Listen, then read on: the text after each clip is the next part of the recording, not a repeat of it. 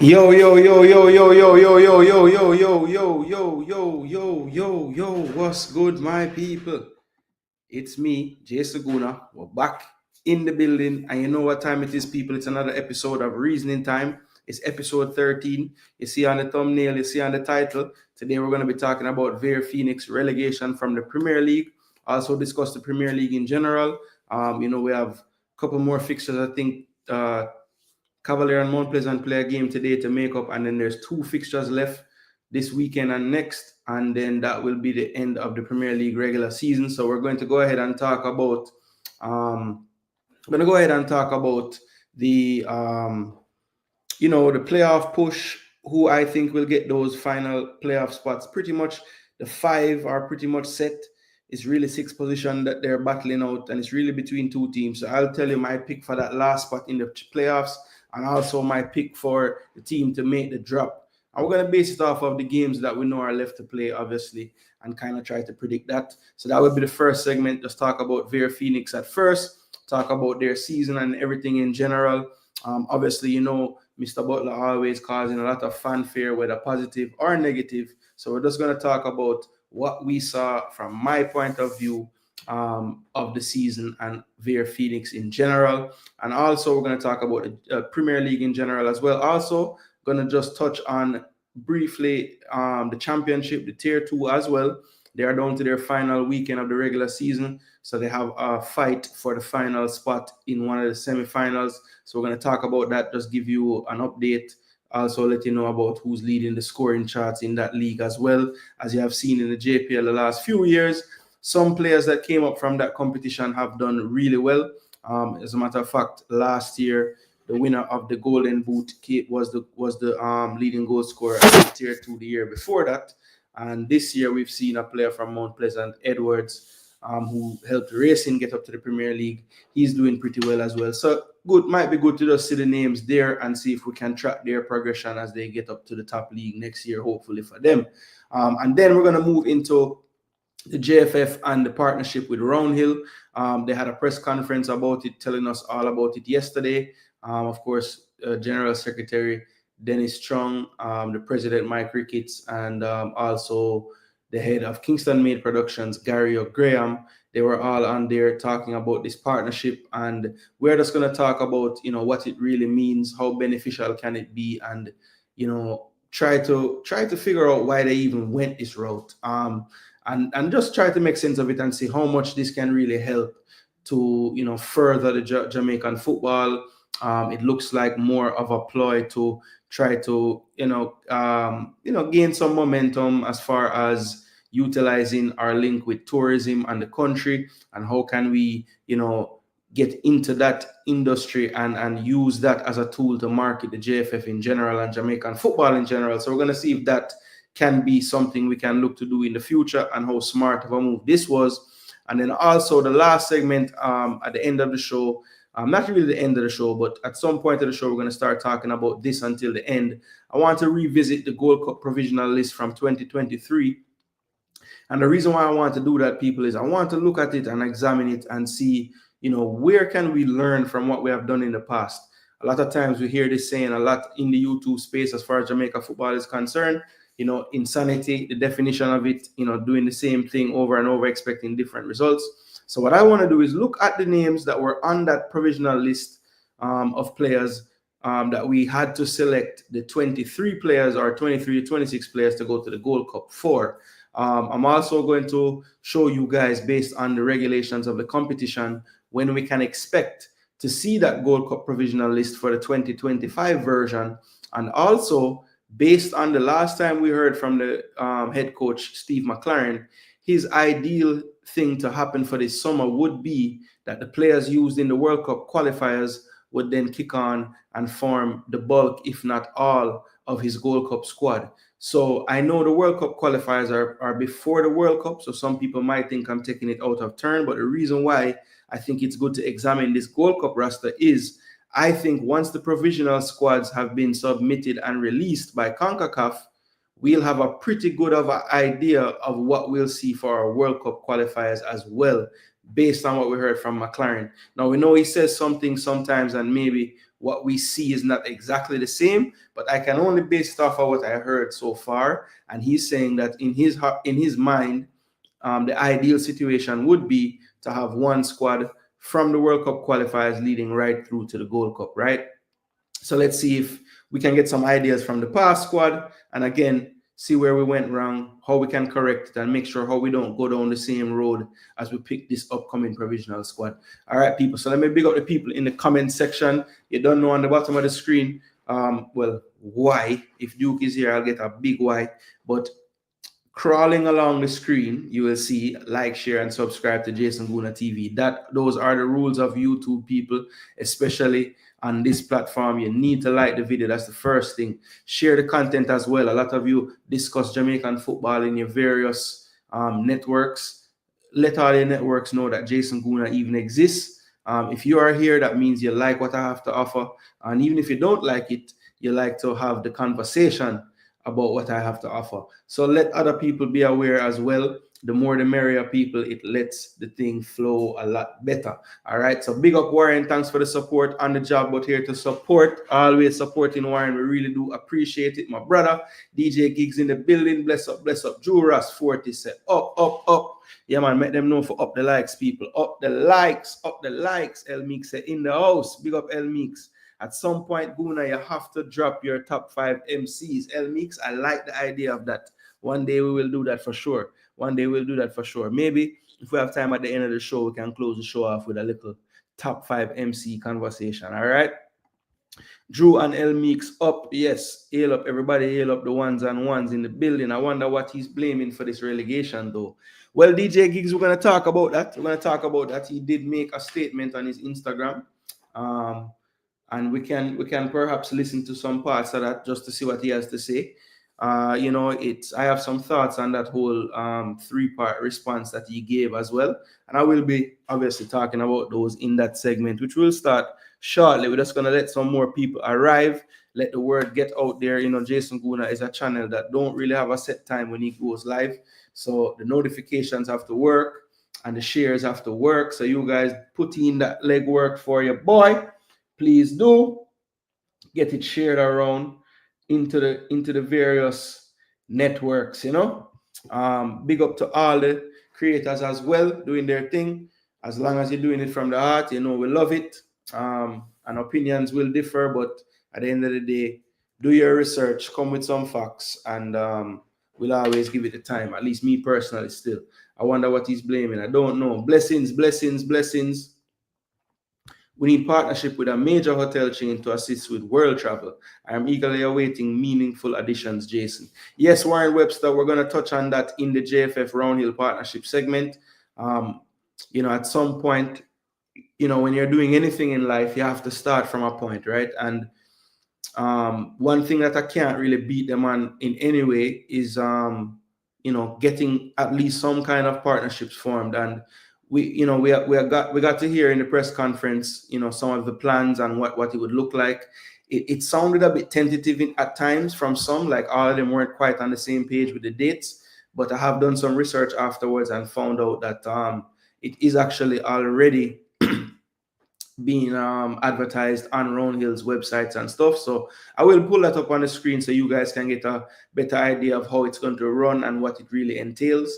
I have some thoughts on that. I think the model reminds me a bit of some of the summer camps that I see done in the States here, in the various academies and other academy coaches that branch off and just do their own thing.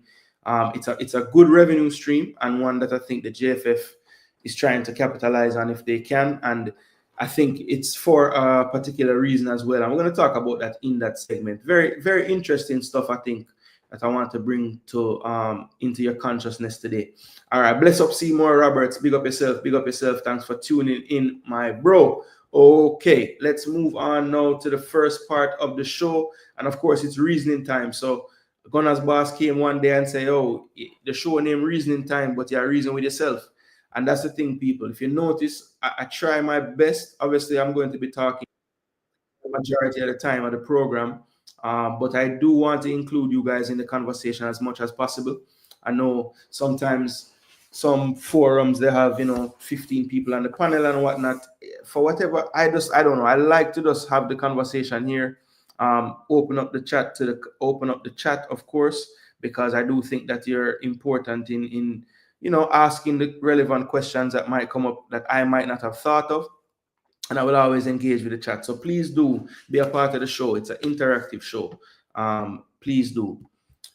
Not sure if you mentioned it before, but what is Roundhill? Well, I will get more in detail as we get to that part, but Roundhill is basically a hotel and villas in Montego Bay, close to Hanover there. And yeah, they have a partnership with the JFF that they discussed yesterday in a press conference. I was present, but I was kind of doing some moving around and stuff, so I didn't really want to, I wasn't in an area that would have been quiet, I don't think. So I probably wouldn't have been the best value in terms of audio if I was to ask a question. So I didn't ask any question, but yeah, and today I will basically discuss. But basically Roundhill is a hotel and villa on the West Coast. Yeah. All right, so let's get into the first topic of the day, and that is the Vere-Phoenix relegation. So the first thing I want to do, people, I think it would be okay. Let me not start with the response from Butler. Let's first just go back to the genesis of all of this. We learned before the season started that Phoenix would be partnering Roundhill, Montego Bay, meaning the new training base will be in Montego Bay. No, it's not. It's not about their base being there, Lemon Cap. It's not about their base being there. They have a partnership with them that they're gonna do a summer camp thing. But Lemon Cap, just be sure to. I hope you have time, because we're gonna run the program about 2 hours. Hopefully we can get everything done by then. But however the information gets out, I'm going to make sure that I cover all my topics. So if it goes over 2 hours, so be it. But I want to try to have the running time at 2. So Lemon Cap, hopefully you have some time. Just turn up the volume and be ready to ask questions if you'd like. But yes, I'll explain everything about the whole Roundhill stuff when we get to that part of the show. The first thing I want to talk about, though, is the Vere-Phoenix relegation. And we learned before the season started that Phoenix would be joining with Vere in a partnership, basically, and Vere-Phoenix would take their expertise of developing players and kind of combine it with the facilities and what they have with Vere in terms of their stadia and their placement in the JPL to aid in that development of the players. Now, I remember at the time of this happening, people were kind of wondering about what the team would look like. I mean, they figured as much that most of the Phoenix players, if not all, would be coming along with Butler, but that's basically like an entire squad, So there were early talks about, who will stay at Vere that's been there, Vere did have some young players as well in their ranks, so it was thought maybe, they could fit in, at least the younger ones would maybe stay, others would probably go. But it was pretty clear at the beginning that once Butler was able to get his players, whether they were finishing with Manning Cup or, I know some of them were awaiting release from their time in Belgium. But, there were a lot of aspects of why players couldn't be around at the start of the season for this team. And we were a bit unsure as to when all the players arrived, what would Butler make of the other players from Vere. And we saw immediately a lot of outward movement from Vere players even before the season started. So if you're to look at Vere, what I'm going to do is I'm going to pull up Vere on the JPL site. And the reason why I want to do that, people, is I want to look at when they first started the season, some of the players in the team, and just see how much turnover there really has been in this Vere team over the course of this entire season. So the first week, it was actually my birthday weekend, and that would have been September. And the first game they played this season was a game at the Wembley Center of Excellence. And I remember this vividly because before that first game, do you think based on this, will they improve the playing service in Catherine Hall? What money will spend with the development of the infrastructure as well? That would be lovely because Catherine Hall, fixing that field and also making the other stand that they never use functional would be very helpful. Especially if they want to have even those friendlies that we have with the diaspora teams, not diaspora teams, with the local base squad and Caribbean teams. When that I can't stand to see that empty stand that's not being used, because obviously, I guess most of the vantage points for cameras are better on the side where the stadium has people in it. And I've always said, when you're filming a match, you should try to show the part of the stadium in the background that is more full. So I never understand why when they do stuff, they always stand on that side and then show the empty stand. It just doesn't look good. But it's probably based on, access more than likely, I would think. But I never understood that. Bless up Nigel Garden. What go on? We're there, bro. We're there. All right. So, as I said, we're going to start out with Vere. And I want to show, because we want to really paint a picture of how they got here. I mean, obviously, we know that there were most people that, follow the league and follow the players. They were not so as optimistic about their chances as Mr. Butler himself. And for good reason, I thought, because they didn't have the experience I was thinking. You know what I'm saying? Luca talks ball. Big up. Yeah, man, I'm good, bro. Hope all is good with you. All right, so this was the first fixture of the year. They got a 4-1 from Mobe at home. They went down early. They equalized early. Good excitement. But then it all fell apart in the second half. Goals from Brian Brown, Owen Gardner, and Chanel Thomas, pretty much the three top front players for Mobe this season. But if you look at their team, is what I really want to look at. So Harrison, he ended up being around till the end of the season. He got a red card in that first match. Clark, I don't think he's around anymore. Salman, I don't think he's around anymore. Neil, not sure. I know Gale got injured early in the season. He was a Vere player that was still around. Clark, I'll have to check. Thomas is still there. I don't think Lewin is around anymore. Oldfield left. I think I'm not sure which Thomas that is. I know Forbes is still around. So a lot of these players, remember these names, people. Anderson, I haven't seen in a while. Ludford, Graham, Wall, Daly, Kaba, Ewan, all these names. I want you guys to remember these names, because what I'm going to do is I'm going to show you guys their most recent team that just played. So remember, I would say of these names up here, I would say maybe 3 or 4 of them are still involved that played in this first day. And the turnover from the start of the season to the end has been quite ridiculous, if you ask me. But basically, if we go to the schedule, right, and we go to the last few games. So let's go to the last game Vere played, which would have been the 3-1 that they picked up from Arnett on the weekend. So this game, I think, was Sunday. So we're going to look at their team now. So as I said, Harrison, still around. Number may have changed, but he's still around. Thomas still around. Forbes still around. McGee new. Daniel Mitchell was not there in the beginning. Kyle at that time in the start of the season was not there. Even Wooling, their captain, wasn't there. Mackenzie was not around. The Brazilian was not there. Whitfield was not there. Robinho Garden was not there. Edwards was not there. Brown was not there. Juba was not there. Nelson, Cunningham, Gorzang. That's a different D. Harris, I believe. I don't think he was around at the start. Peralta wasn't around at the start. Shemran Phillips. So, I mean, we're talking about, 2 to 3 players that were on that first day of the season are still around now. And that has pretty much been what has been going on with Vere all season. They have had a core somewhat, but a lot of these players, for whatever and various reasons, have not been available throughout the season. Whether they have gone on trial at different times, a lot of different reasons. Early in the season, it was schoolboy conflicts. But I think all that turnover is one of the main reasons why they haven't been able to stay up in the league.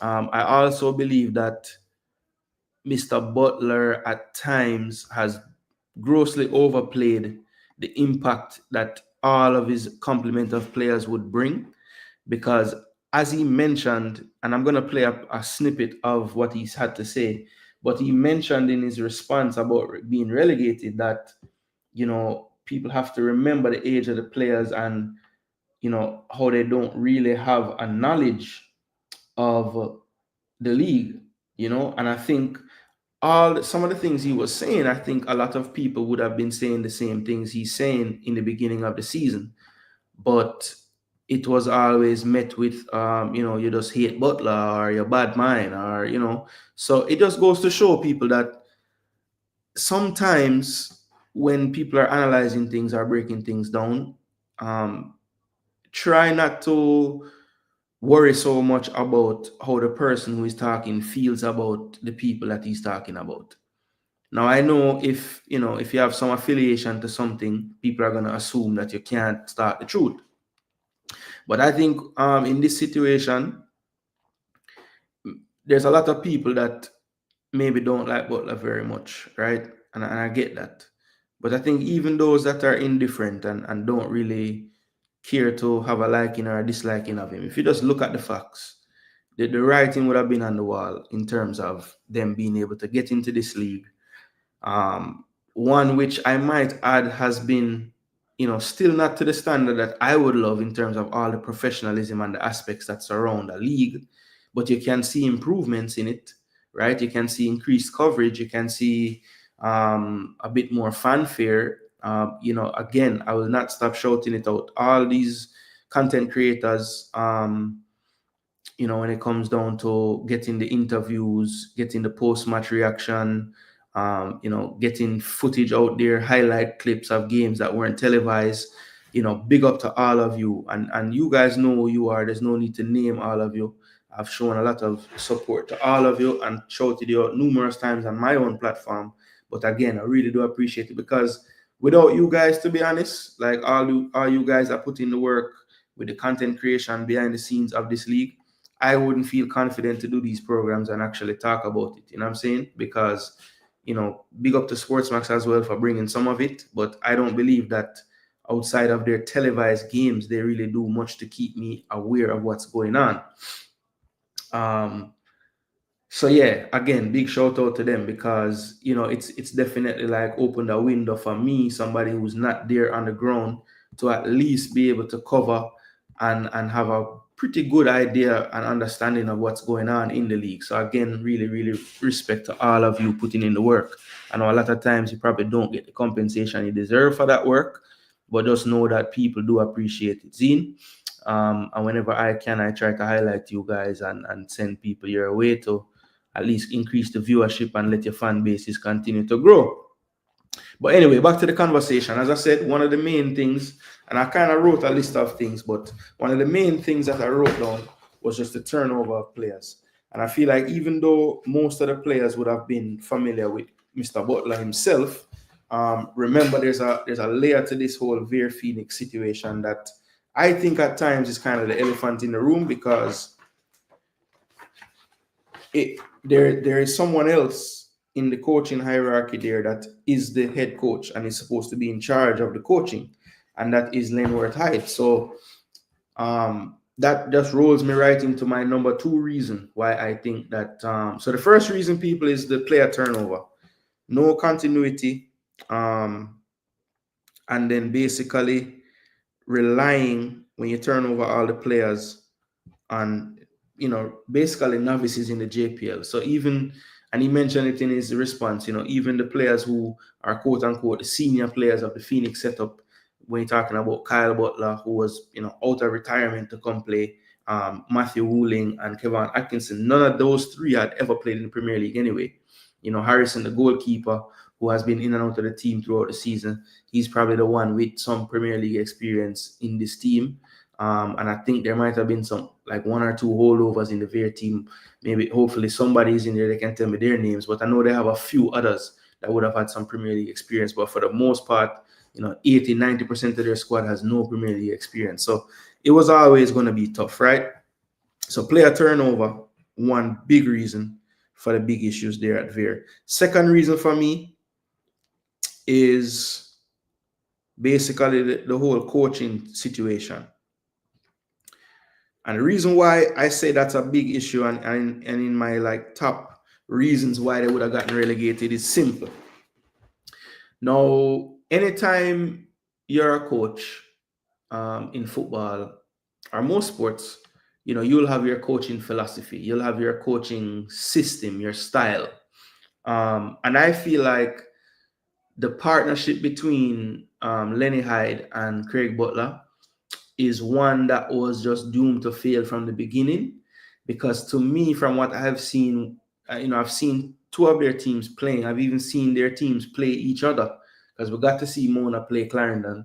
And I just feel like the philosophies are so far apart, the styles are so far apart, it really didn't make sense for them to combine and try to create something from those two philosophies.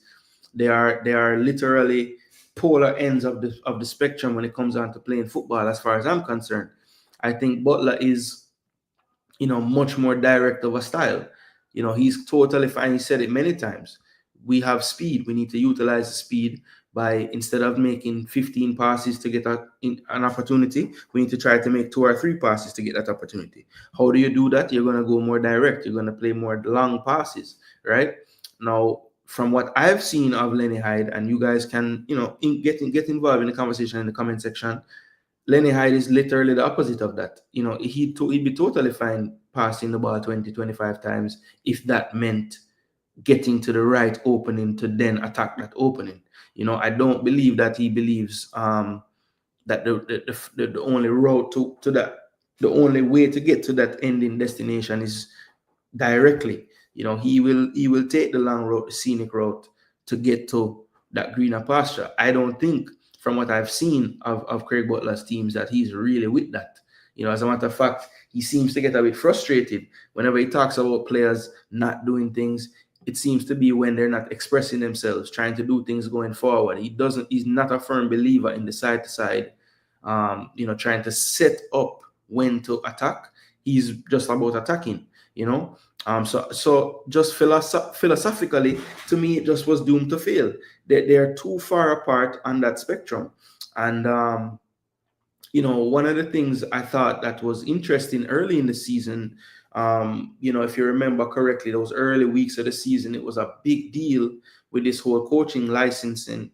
And, you had to have a certain license to be able to give instructions on the sideline and this and that. And I remember early in the season, they were saying that Vere could be under investigation as far as who is giving the instructions on the sideline.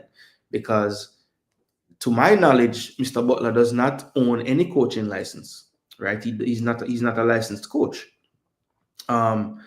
Look, he has had a hand in developing 2 players from Jamaica that have been able to move on and get to English Premier League clubs. And he's also developed a lot of other players with the help of other coaches as well. But he's been able to develop other players to be able to secure contracts overseas as well.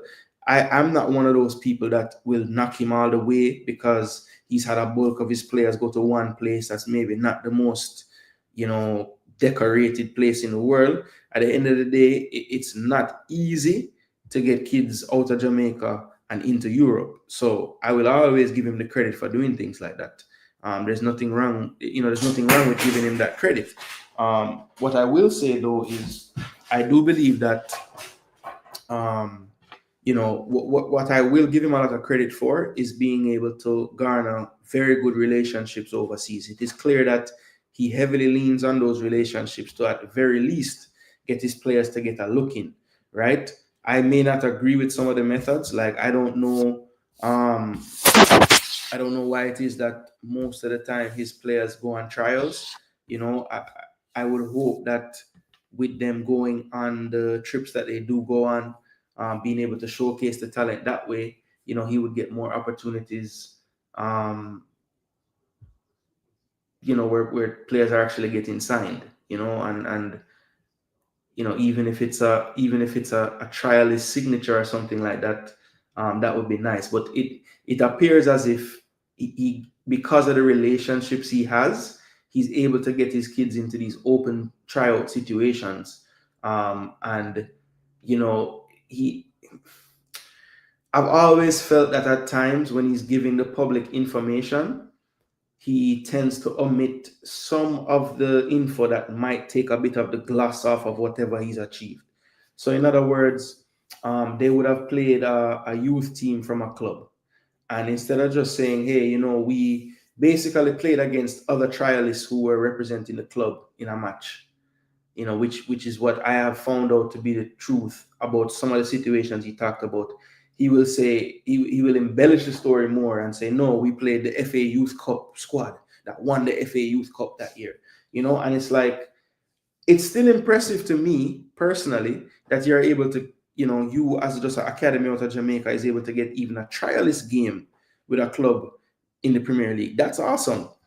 But tell us that's what it was. There's no need to, and I think that's why when he has shortcomings in his whatever he's doing, the noise is so loud against him. And I think it's because for those who are not even in the know, but for those who just do some research and actually follow up on things, they might realize that there's certain things, the way he puts it to the public isn't quite what it is, right?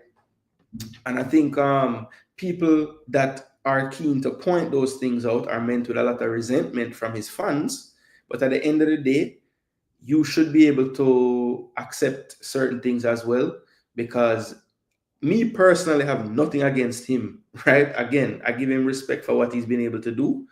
My only thing is I don't know why he feels the need to embellish things that I believe are already impressive, and he wants to make it like even more. And it's like, no, just tell them the real, and maybe you'll get even more respect, you know. But for me, the coaching situation was a doom to fail. The philosophies were too wide apart. Um, Butler is a very strong individual. So even though he says things like, you know, Lenny is the coach, um,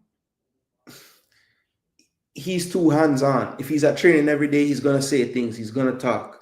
So it must have been that they were putting their heads together trying to come up with a strategy that could work and both would be proud of.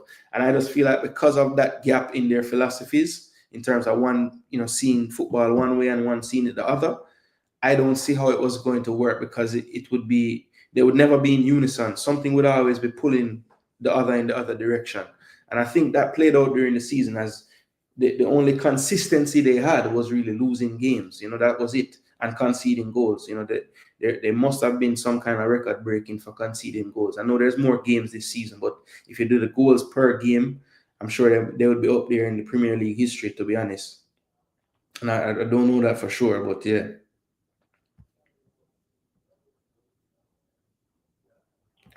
Montego Bay leasing the complex. That's good because they'll probably fix it up. What's up, superstar? Yep. West End needs to be more involved. Many hotels to host major games definitely need to improve those facilities. I agree. And I think the football in the rural areas might even be a little bit more supported, you know, man. That Mobe and Mount Pleasant game was full at Draxall. Virgin would be a good shout given the Usain Bolt. That is true. You need to try to lean on any kind of relationship, just like how I was giving Butler credit, because I think he does that really well.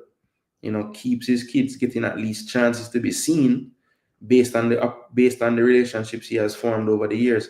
People use bad mind for everything. That is true. It's a 9. Bless up, float. Respect for the check-in, bro. I know you're gonna like the video. I think Butler is not a quitter. This does his name bullet, so I can see him bounce back like he did in the Manning Cup. Yeah, and that's a good segue actually, because like I said, I was going to let him speak for himself on something. So this is it's about 5 minutes or so. So I'll just play it. I'll just play it for you guys.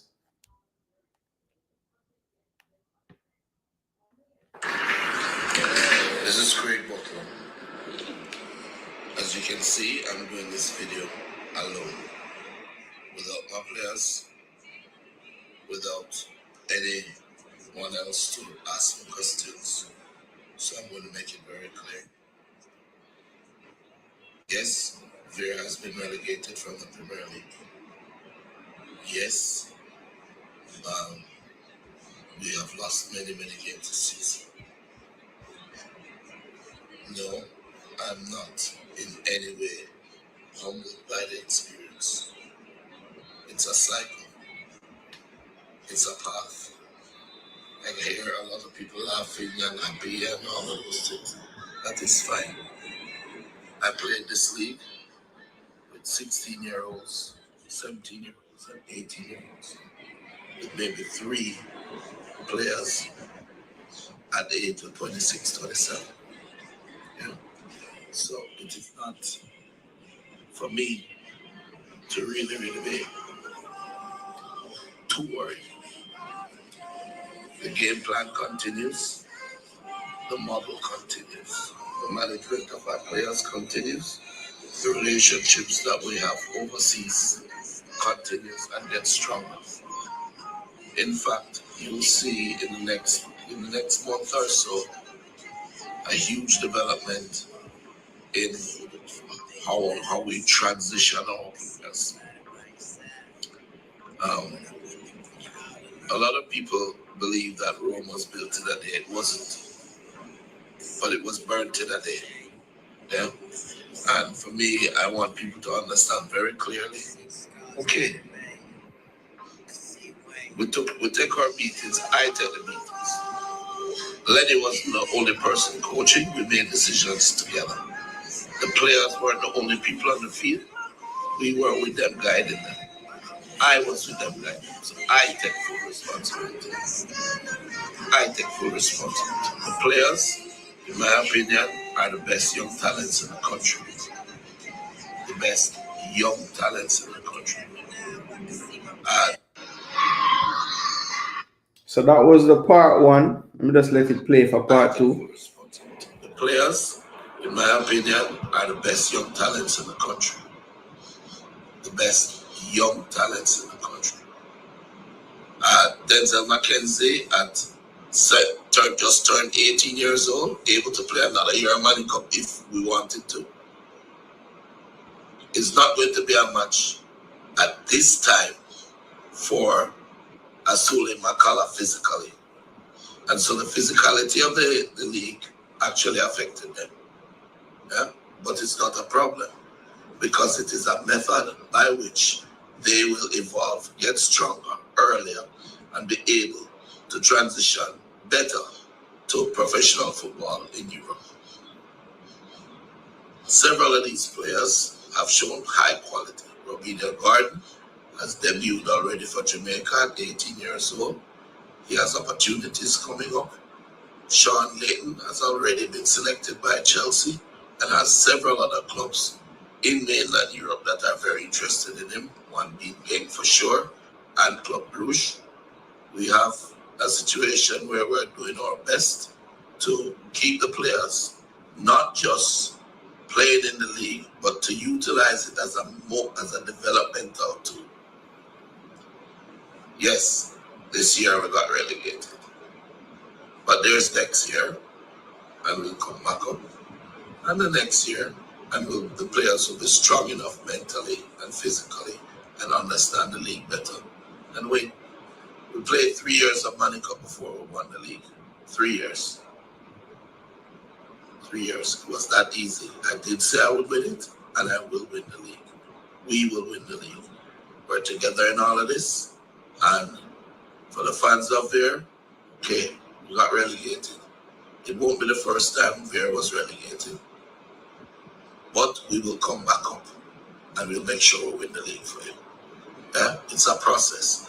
You can't play a league with very, very young players and expect to not have major hiccups. So I'm very disappointed, but I'm not dismayed. I'm not finished. I have not in any way, and I will not take back anything that I've said. We're playing the champions Cavaliers, and they can only beat schoolboys 2-1. Yeah?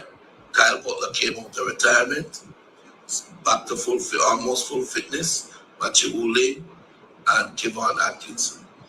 That was it in terms of seniority in the team. And none of these players have ever played in the Jamaican Premier League, including Kyle. So it's a first for everybody. I take full responsibility. The players and Javon Atkinson. That was it in terms of seniority in the team. And none of these players have ever played in the Jamaican Premier League, including Kyle. So it's a first for everybody, right? So anyone who wants to attack, anybody who wants to laugh, anybody who wants to stub their nose, anyone who wants to say yes, great, that's fine. Cavaliers went in the league, their first year they were relegated too. Yeah, it's no problem. Yeah, Mona didn't win Mali Cup in his first 2 years. It's no problem. Time is the master.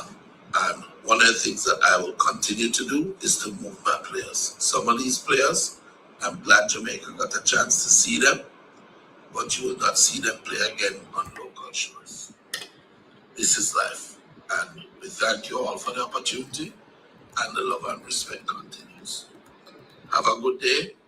And for those who believe in us, thank you for believing us and not giving up faith.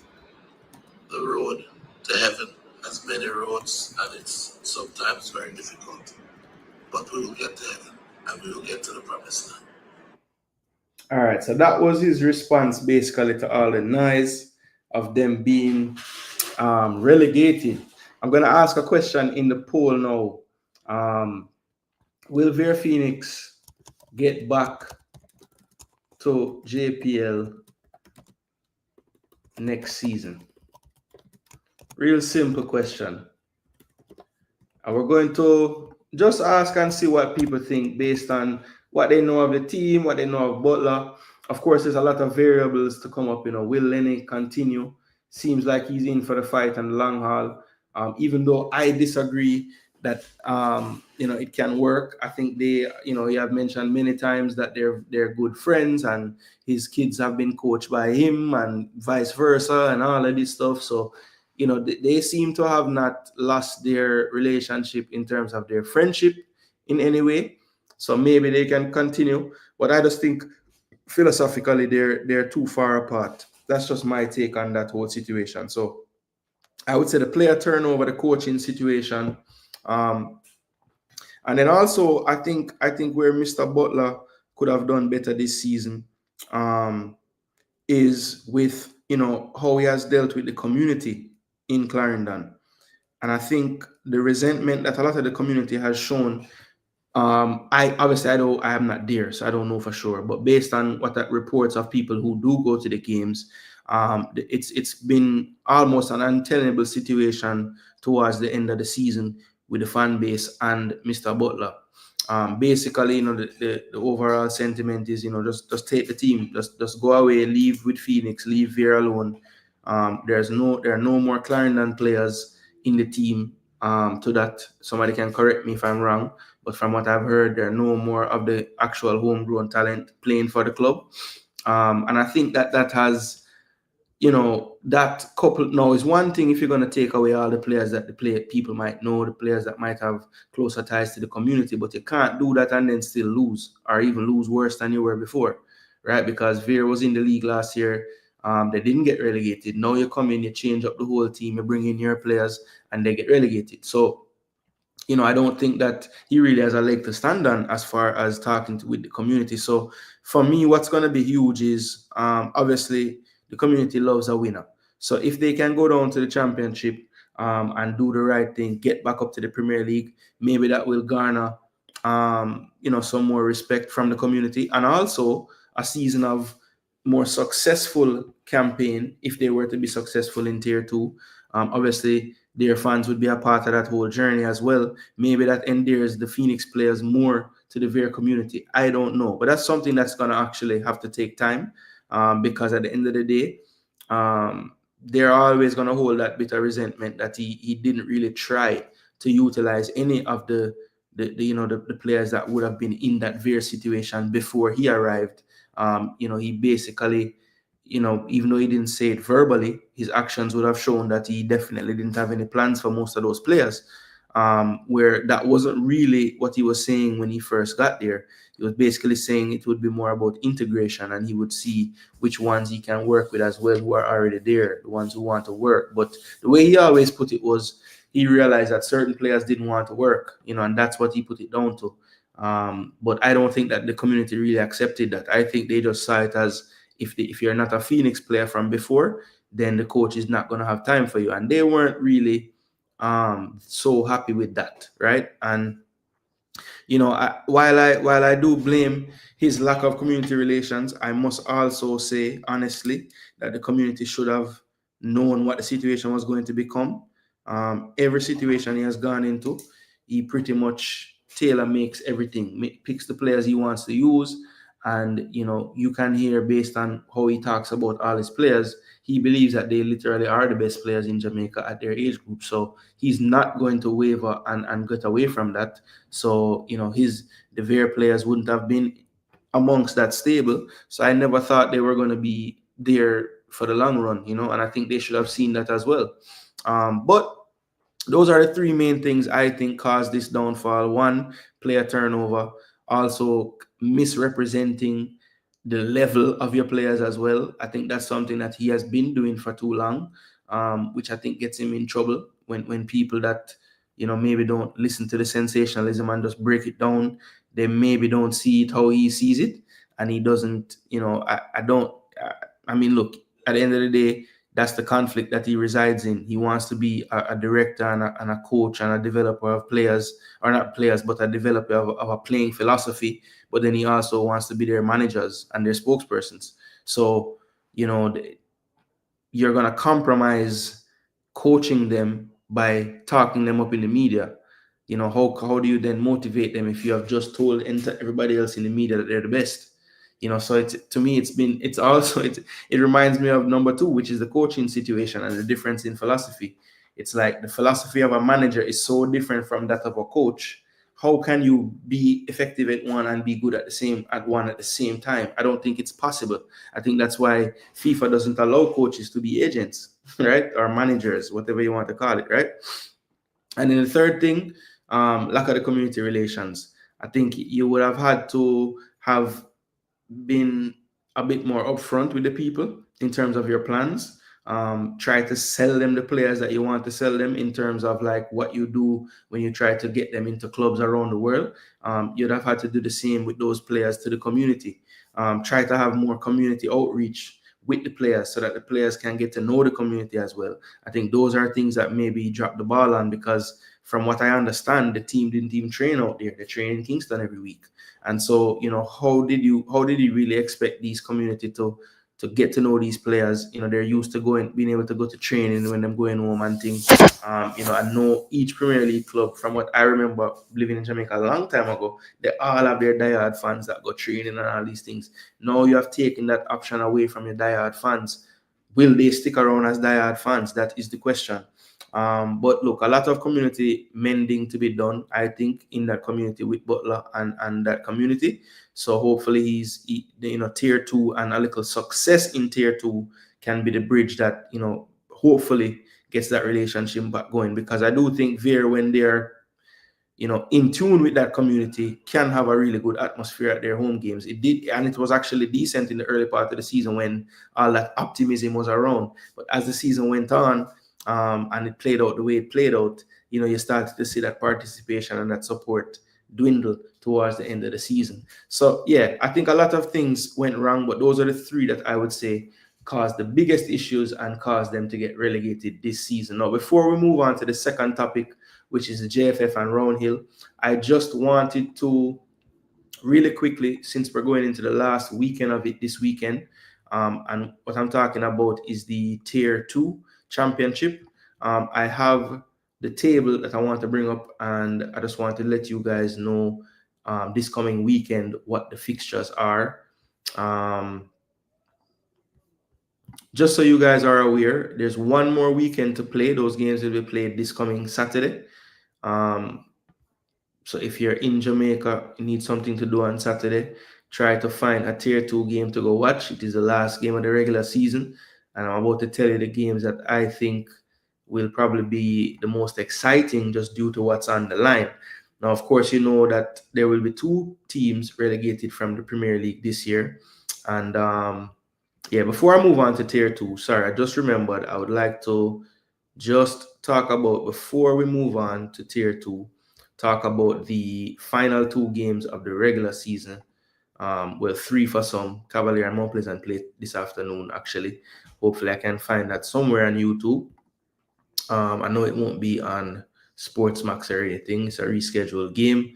It's going to be at the Edward Siaga Complex, I believe. So yeah, Cavalier playing their home match at Tivoli. Who knew? So yeah, we're professional league people, but there's still some things that make you wonder, you know.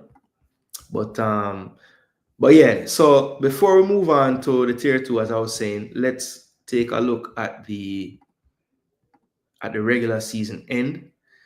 So these are the last 2 weeks. Of course, like I said, Cavalier will play Mount Pleasant today, but then on the weekend, this weekend, we have Waterhouse taking on Arnett. So that's a huge one for the playoff picture.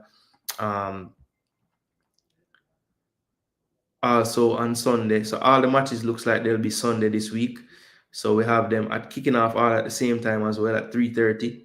So we have Mount Pleasant hosting Malines. So Malines with a big win. Looks like they're not safe, but they're very, very big win for them last week. Then we have Dunbeholden and Portmore. This is one where Dunbeholden, a point should be enough for them. Then we have Mobe and Cavalier. That should be a cracker, because I think both of these teams would want to, it's a balance, because obviously you want to go into the playoffs with everyone healthy, but at the same time you want to go into the playoffs firing as well. So I think due to these 2 teams knowing that they'll both be playoff teams, could potentially face in a 2-leg encounter in the playoffs, they will want to put their best foot forward. Just to see what the other team has to offer going into this time of the season. Then we have Chapelton Maroons and Tivoli Gardens. This is probably the fixture where I would say both teams equally have as much on the line. Tivoli trying to fight their way into that 6th playoff spot, and Chapelton Maroons just knowing that they need maybe a point or a victory for sure should keep them in the Premier League in their last 2, 1 out of the last 2. Then we have another game where I think it's going to suit the fact that Humble Lion have more to play for. I would argue that Humble Lion, I would make them slight favorites for that game against Racing. Racing have fallen off. I've found it a bit difficult to get over that hump for the playoffs. And I think maybe with them knowing that they really can't do much in terms of catching the other teams, Humble Lion might use that to their advantage, as they need the points to stay in the Premier League. Then we have Harborview and Vere-Phoenix. Now, this is one that I think, obviously, Harborview have more to play for. Vere-Phoenix are already relegated. But sometimes, that already relegated team, even though they have nothing to play for, they might even play a bit better because they're free.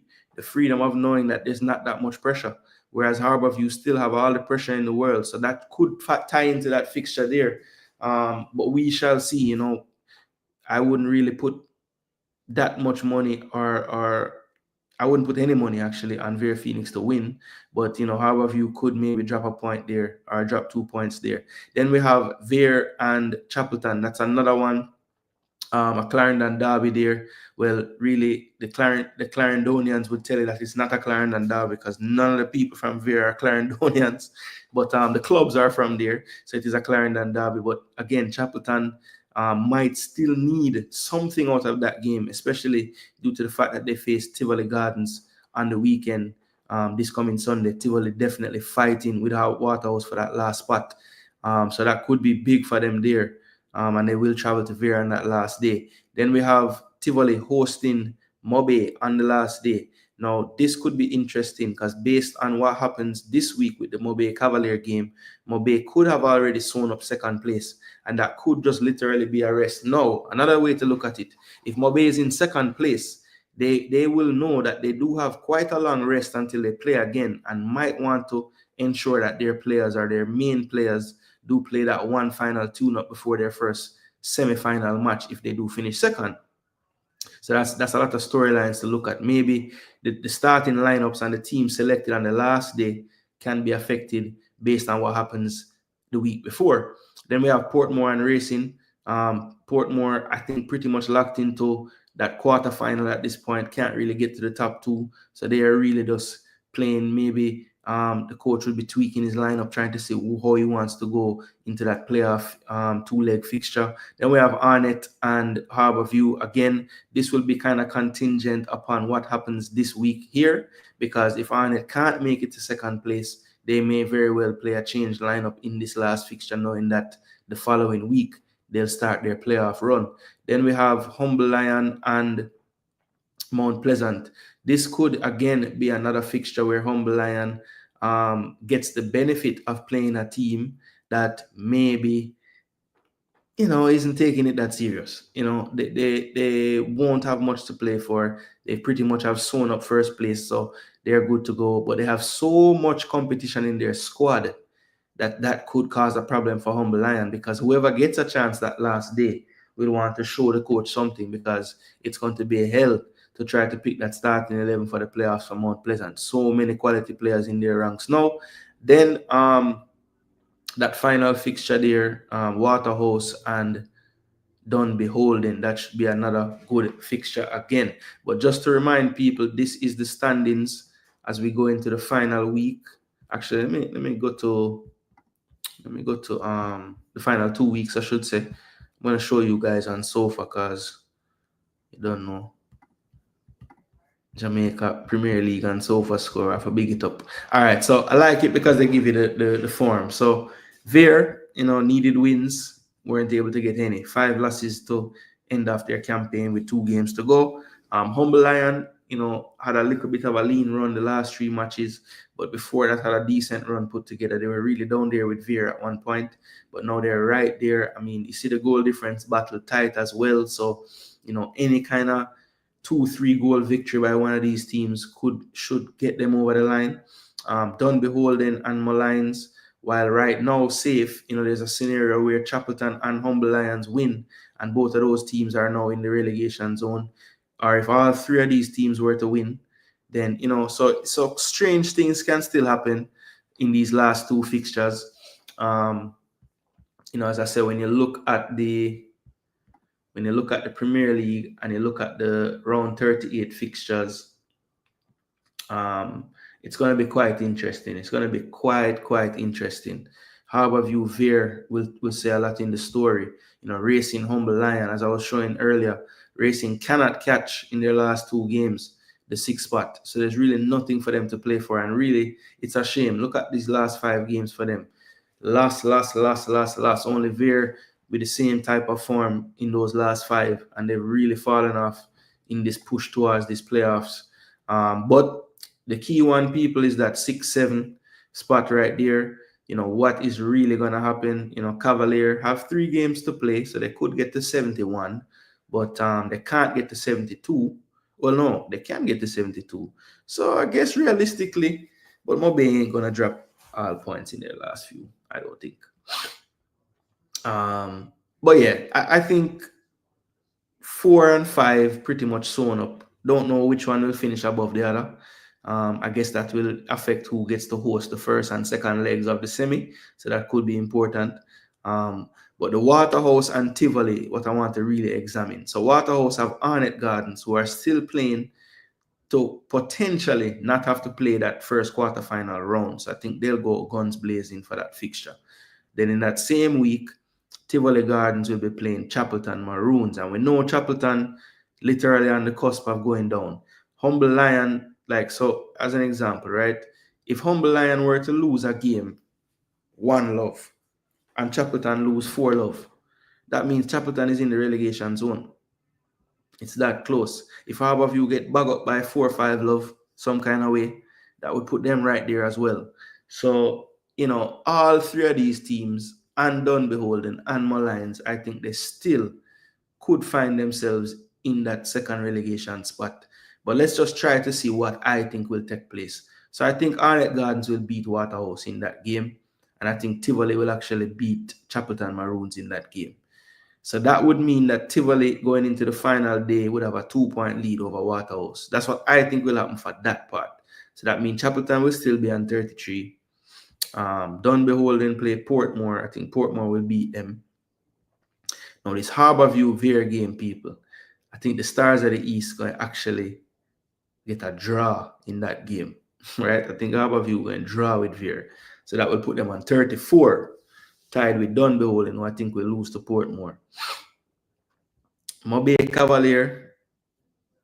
Ooh, I think that will draw too. So Arnett and Mobay should be equal on points in the last game.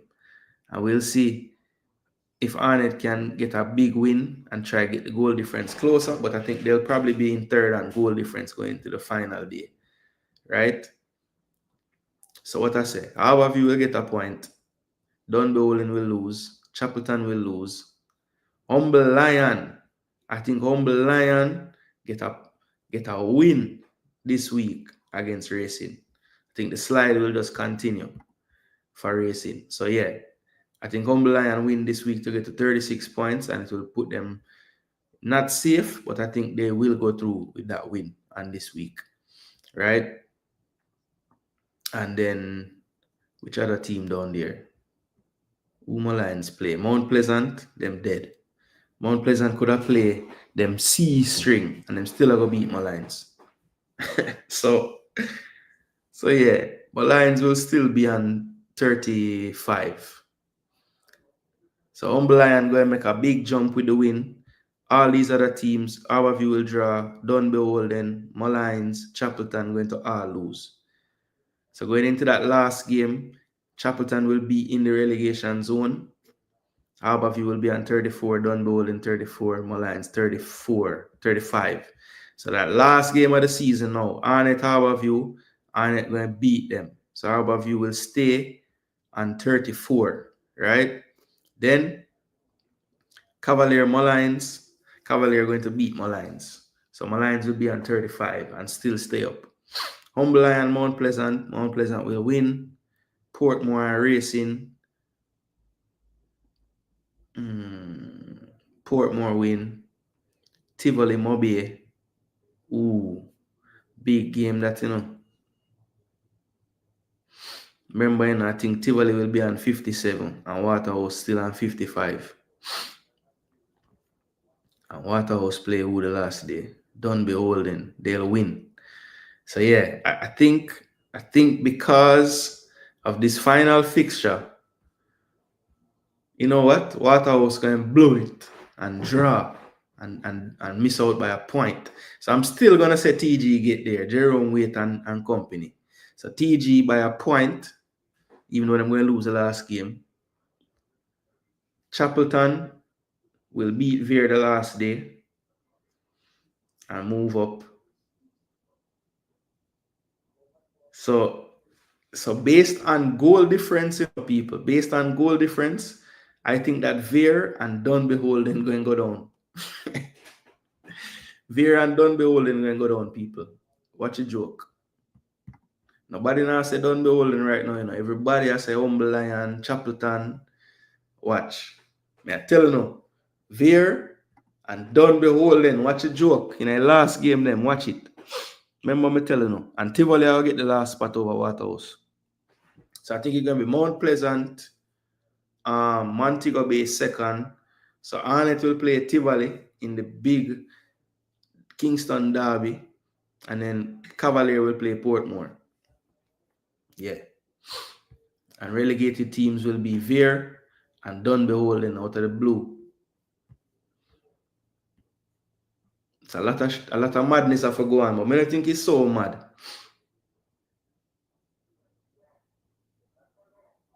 Yeah, the music, I never realized till too late. Hopefully it can, hopefully. He had always sworn that he produces the best talent, and I always say he should showcase his players on the highest measurement tool, the JPL. Yeah, I found out years ago that Lenny is my second cousin on my mother's side from Santa Cruz. Man, big up to your family. Bless up Chris Smith, how I go on? Bless up. Bless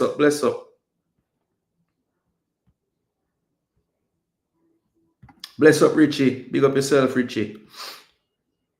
Was he acting as an agent, manager, and investor in Vere? I thought the problem, he was doing everything. Yeah, man, young talent is everywhere. I'm glad. I'm glad. Wasn't in St. Anne's with Phoenix, and it was the same result in Division One. Yes, it was. As a matter of fact, every club he's gone to, I think, has gotten relegated in Jamaica, if I'm not mistaken. Treasure Beach, yep, Tier 2. That's what I'm gonna move to now. Tier 2. Yeah, man, losing the Clarendon fans was big. Because, they may have a good thing going in the beginning, bro. And by middle of the season, all of that dry up. Professional league with many unprofessional people. For real. How can you have a mobile team without a player from St. James in it? Yeah, true. Because I know Turkleman is St. James true and true. Even if it's a one. Bless up, Demo. Big up yourself, Demo.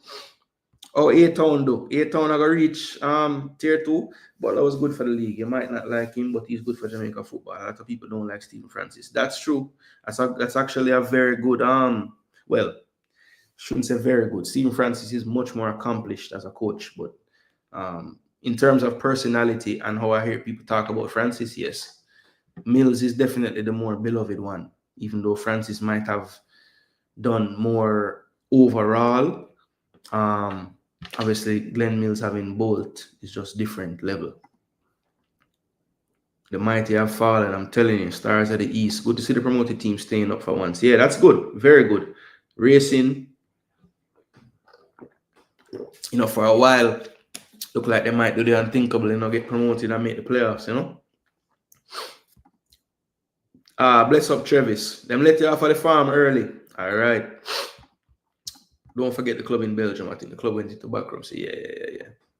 Relegated in Malta when he was coaching. Yep. That person I know nothing about the MBU born players from St. James.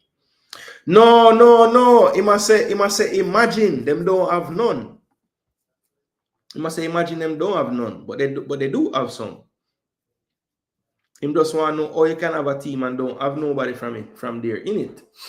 Like how Vere never have no Clarendonian, That's all he must say. He must say that MBU actually have players from that side on the team, All right, so as I said, people, I'm going to get some information on the tier 2 today. So, like how it's going into the final weekend, I haven't really been shedding much light on this competition, but since we're into the crunch end of it now, I thought it would be nice to put on the screen the table so far and all of that. So let me get that on the screen before we move on to the next topic, which is the JFF and Roundhill partnership.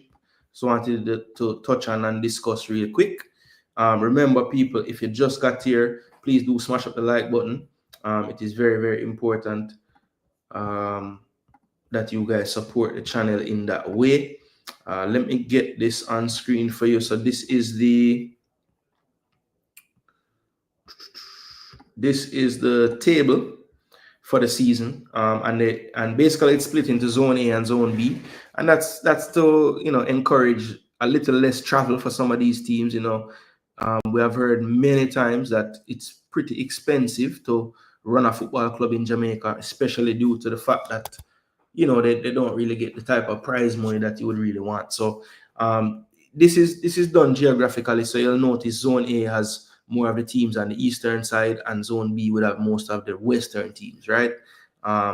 With obviously those teams in the middle, you kind of have to pick which side you put them in, right? So as you can see, there's basically 2 teams relegated from the entirety of the league, and those would be the teams that are in last position in both zones. So right now it is St. Bess United and Portlanders FC. So Portlanders is resigned to getting relegated at this point. They cannot catch Grays in, who have 9 points. But St. Bess pretty much is out as well, because the goal difference, that is basically impossible to make up. So St. Bess and Portlanders will be headed down. So sorry to them, but hopefully they can bounce back and get back into the tier 2. Then the real action and the real fight right now. Sorry, Travis, I see Reno fell short this season. Have 1 game to play. Looks like they're going to finish just below, 8 points behind Treasure Beach now. So really can't catch up, but I'm sure that they will retool and refocus and try to forward again. Reno is a team that obviously, I remember growing up being always in the mix in the JPL, but things and times change. So hopefully they can get back to those days soon. But Falmouth and Treasure Beach looks to be the class of Zone B. Treasure Beach only having, Treasure Beach not losing a game in the 13 so far with 7 wins and 6 draws. And Falmouth have the most wins in Tier 2 with 10 wins. They have 2 draws and 1 loss to go with that. But yeah, definitely Falmouth and Treasure Beach handled Zone B, navigated Zone B very well. Both teams having the least amount of goals conceded and scoring the most amount of goals in Zone B. Now, Zone A has been a bit more of a dogfight at the top. As you can see, Med Forest has run away with the zone. They cannot be caught on 28 points. They had a big win last week over Limehall. Those teams were top of the group, and Limehall fell to them 2-0. Then in second place, you have Limehall FC on 24 points. Then in third, you have Spanish Town Police FC on 23 points. And the final week of the season, we'll see Limehall facing Spanish Town. Now, True Juice, they are also in the mix on 22 points. And they obviously can get to second spot with basically the only result that will get them to second would be a draw. They need that Spanish Town and Limehall match to draw, and they also would need to win their game by 5 clear goals to make up the goal difference. So not impossible, but True Juice, hopefully for them, they're playing Portlanders in their last game. I haven't been able to see the fixtures, but I do know that Limehall and Spanish Town play last. Hopefully somebody in the comment knows who True Juice is actually playing, because Baptist Alliance as well, as another former Craig Butler linked team, they are on 21 points, but again with them the goal difference would be a bit tough for them to overcome, because again they would need, actually no, they can't make it, because no result in the Spanish Town Limehall game would make it be able for them to catch. If the game draw, they can't get to 25 points. If Spanish Town win, they can't get to 26 points. So Baptist Alliance is on the outside. So really and truly, only those 3 teams have a chance. And really, Limehall and Spanish Town are in the driver's seat. And it has to be said, Limehall has the best chance right now, because really all they need is a draw, and for True Juice not to win by more than 4 goals. And they would be the ones to get through. Now, I do see a scenario where if True Juice win the game 4-0, and this match draw 0-0, they will both have the same goal scored and same goals against and same points. And when I say they, that's True Juice and Limehall. So I'm assuming it would go to head-to-head other than that. So we'd have to find out how that went. But it should be interesting in Zone A. These will be played on Saturday, I believe. These will be played on Saturday. So once those matches happen, we will know who the semifinalists will be. And of course, the way how the semifinals work is the first place of Zone A will play second place in Zone B, and first place in Zone B will play second place in Zone A. And of course, if you get to your 2-leg semifinal, you have automatically progressed into the Premier League. The finalists do make it to the Premier League. And of course, they will be playing for some better prize money to see who wins the actual championship. But the benefit of being in the Premier League next year, getting those bonuses as well, will come to any team that is successful in those semis. So as of right now, we know that Med Forest will be facing Treasure Beach. That's pretty much the matchup that will take place there. That should be a really good one. And then it will either be Limehall, Spanish Town, or True Juice to take on Falmouth United FC. So we'll be tracking that as we go along, people. Should be interesting. Haven't been able to cover as much of this as the Premier League, and that's mainly just due to lack of coverage. I can't really get to see enough games to really speak, enough on it. And you know my style, people. I don't really want to talk about things if I don't know. It doesn't make any sense to me. The next thing I wanted to show you guys, again, I had mentioned earlier that in the past few years in the JPL, we have seen where players might have come up from the lower leagues and they do really well in terms of goal scoring. So I just wanted to show you guys who is doing such this season in Tier 2 in the championship in Jamaica. And let's just see as we move into next season if any of these players, do make that transition, whether it's with their team they're with currently or clubs in the JPL kind of look their way in terms of getting new goal scorers and stuff. So let's take a look at the list, and leading that list is Raheem Porter of Med Forest. He scored on the weekend as well to topple Limehall. Curtle Laws for True Juice with 9 goals, O'Brien Reed with 8, Mark Lewis with 7, Rashid Dennis with 7, and then we have a few at 6 as well, Akeem Reed, Orlando Ricketts, Carlos Campbell. So yeah, we'll take a look, people, at the Raheem Porter's Laws, these players, see if they do make that progression to the JPL. But I just wanted to give some folks in the league a little highlight as well. And obviously they have the full list of everybody that has scored in the league from the season start, which is nice. But yeah, that's pretty much the championship little discussion. I wanted to make sure that just made people aware that we're into the final week, and yeah, no, they didn't get relegated. They didn't get relegated.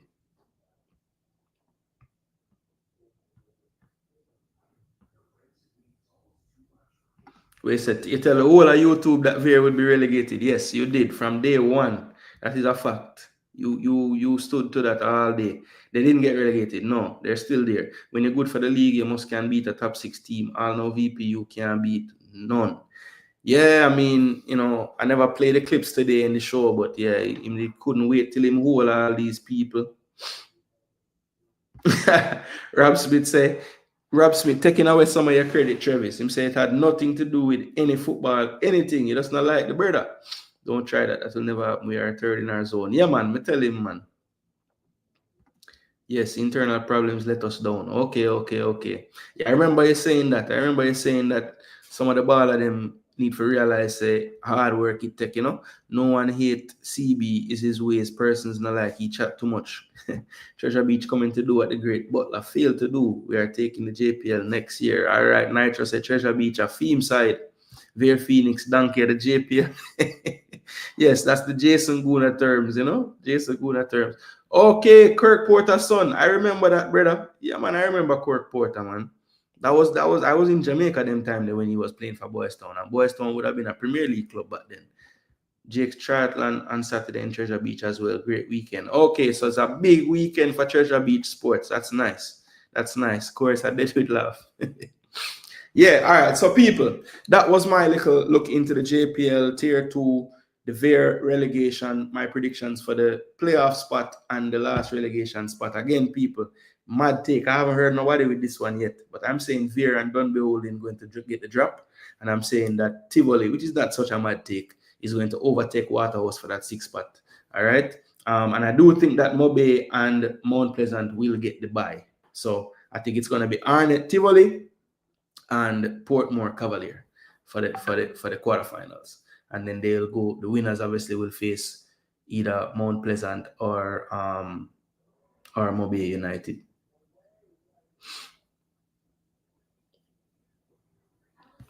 All right, so next thing, people, as I said earlier, the JFF had a press conference yesterday, and they revealed a partnership with Round Hill. And I just want to, I'm not going to play the press conference or anything today, but I do want to just show a few articles of what traditional media had to say about this whole thing. What traditional media has to say about this whole thing. And yeah, so the first article is from the Gleaner, and this is Livington Scott. Big up to Livy. He was in the press conference and asked a question yesterday. But this is what Livy had to say about this whole thing. He said the Jamaica Football Federation and Round Hill Hotel and Villas are embarking on a novel partnership beginning this summer, sometime in July, tentatively from the 4th to the 11th. I understand, Livy, because I wasn't so clear on the dates either. It seemed like they were still finalizing some things. The two organizations will play various roles in putting on a summer camp for young players, split between players from the communities surrounding Round Hill and the children of guests of the hotel. Now, that's the interesting part that I want to touch on as well, people. It seemed as if both the representative from Round Hill Hotel and Dennis Strong and Gario all made mention of it benefiting some of the local community as well. And I just wanted to I'm gonna touch on that aspect of it once I kind of complete showing you certain things, and then we'll talk about it. But that's something I want you to remember, that whole aspect of the community and the local community, and how they could or will be getting involved. Gary O'Graham, the CEO of Kingston Made Productions, if anyone's not familiar with who that is the gentleman who basically rolled out the JFF Live for the JFF. When they had the press conference talking about what the JFF Live and the membership was going to entail, he was the main one giving us that information. So that's who that is, if you don't know. He's been charged with organizing and managing the event, caused a partnership between the Mobay Hotel and football's organizing body in Jamaica a win-win. That's another thing I want to touch on, people. Gario and the different ways I'm seeing him being utilized by the JFF. It's something that I've seen the JFF do in the past, where they hire someone for something and then that person ends up taking on like a million different things.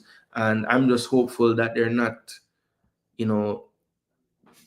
having him do things that's going to maybe then be to the expense of something else he's doing, so hopefully they're not giving him too many projects at once. But hopefully he wouldn't take on anything he couldn't manage.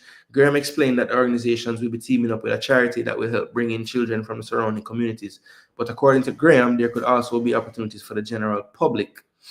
If we are able to have space enough by now and May, we will open it to the general public and they can pay if they want to be a part of it. But for now, we are looking to make sure Jamaicans can get into this at a very subsidized cost. I think that's going to be very important because, as I said, I have some details from Roundhill's end of what this whole experience is going to entail and what the cost is going to be. And if it's not subsidized, I don't see many Jamaicans in there locally taking advantage of this. The promotions will include the national players, depending on availability, bearing in mind the timing of the CONCACAF Gold Cup. So I don't know why they even mentioned that in this, because or let me not say that. I don't know what players they're talking about, because the dates are in July and we'll be in the Gold Cup at that time. Hopefully we haven't dropped out of the competition. So yeah, that's something that I was like, okay, are you sure you want to be advertising that players will be there? But then again, these visitors won't know which players anyway. So it's not like they're expecting to see the Ethan Pinnocks and the Leon Baileys of the world. So it could very well be, players that they have used in local camps or whatever the case is. JFF President Michael Ricketts said he's excited by the unique nature of the project and is interested in the relationship between tourism and sports. Ricketts added, "I know the intent is to involve visitors and their kids, and this certainly is an initiative that will market the product of football. We want them to be part of our culture, especially our footballing culture, and we are super, super excited." And this again just lends itself to what I've always said about some of the communication when I hear JFF speak. The president kind of took it from the standpoint of this is something that's going to grow our brand of football to tourists who have already decided to make Jamaica a place that they would want to go to and a place that they have gone to.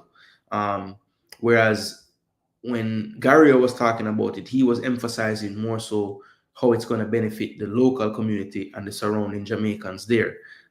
So that was a bit strange, and that was a part of, like, if I had a question, I was going to ask, like, what, who is really your target in this? Are you really targeting families who are coming to Jamaica to try to, what's the end game? You just want them to know that Jamaica has a vibrant soccer community and we have coaches that can develop players. Is it that you want to, this is like a trial run for the JFF trying to get into the market of summer camps, because that's a very lucrative market here in the States, and also lucrative in Jamaica for those academies like Ballers and KFA and stuff, where they kind of, they will, open up things to those that maybe aren't even in their academy full time, trying to take advantage of those, kids that may live in the diaspora but have Jamaican family and come spend the summers, similar to what I used to do before I moved to Jamaica as a kid.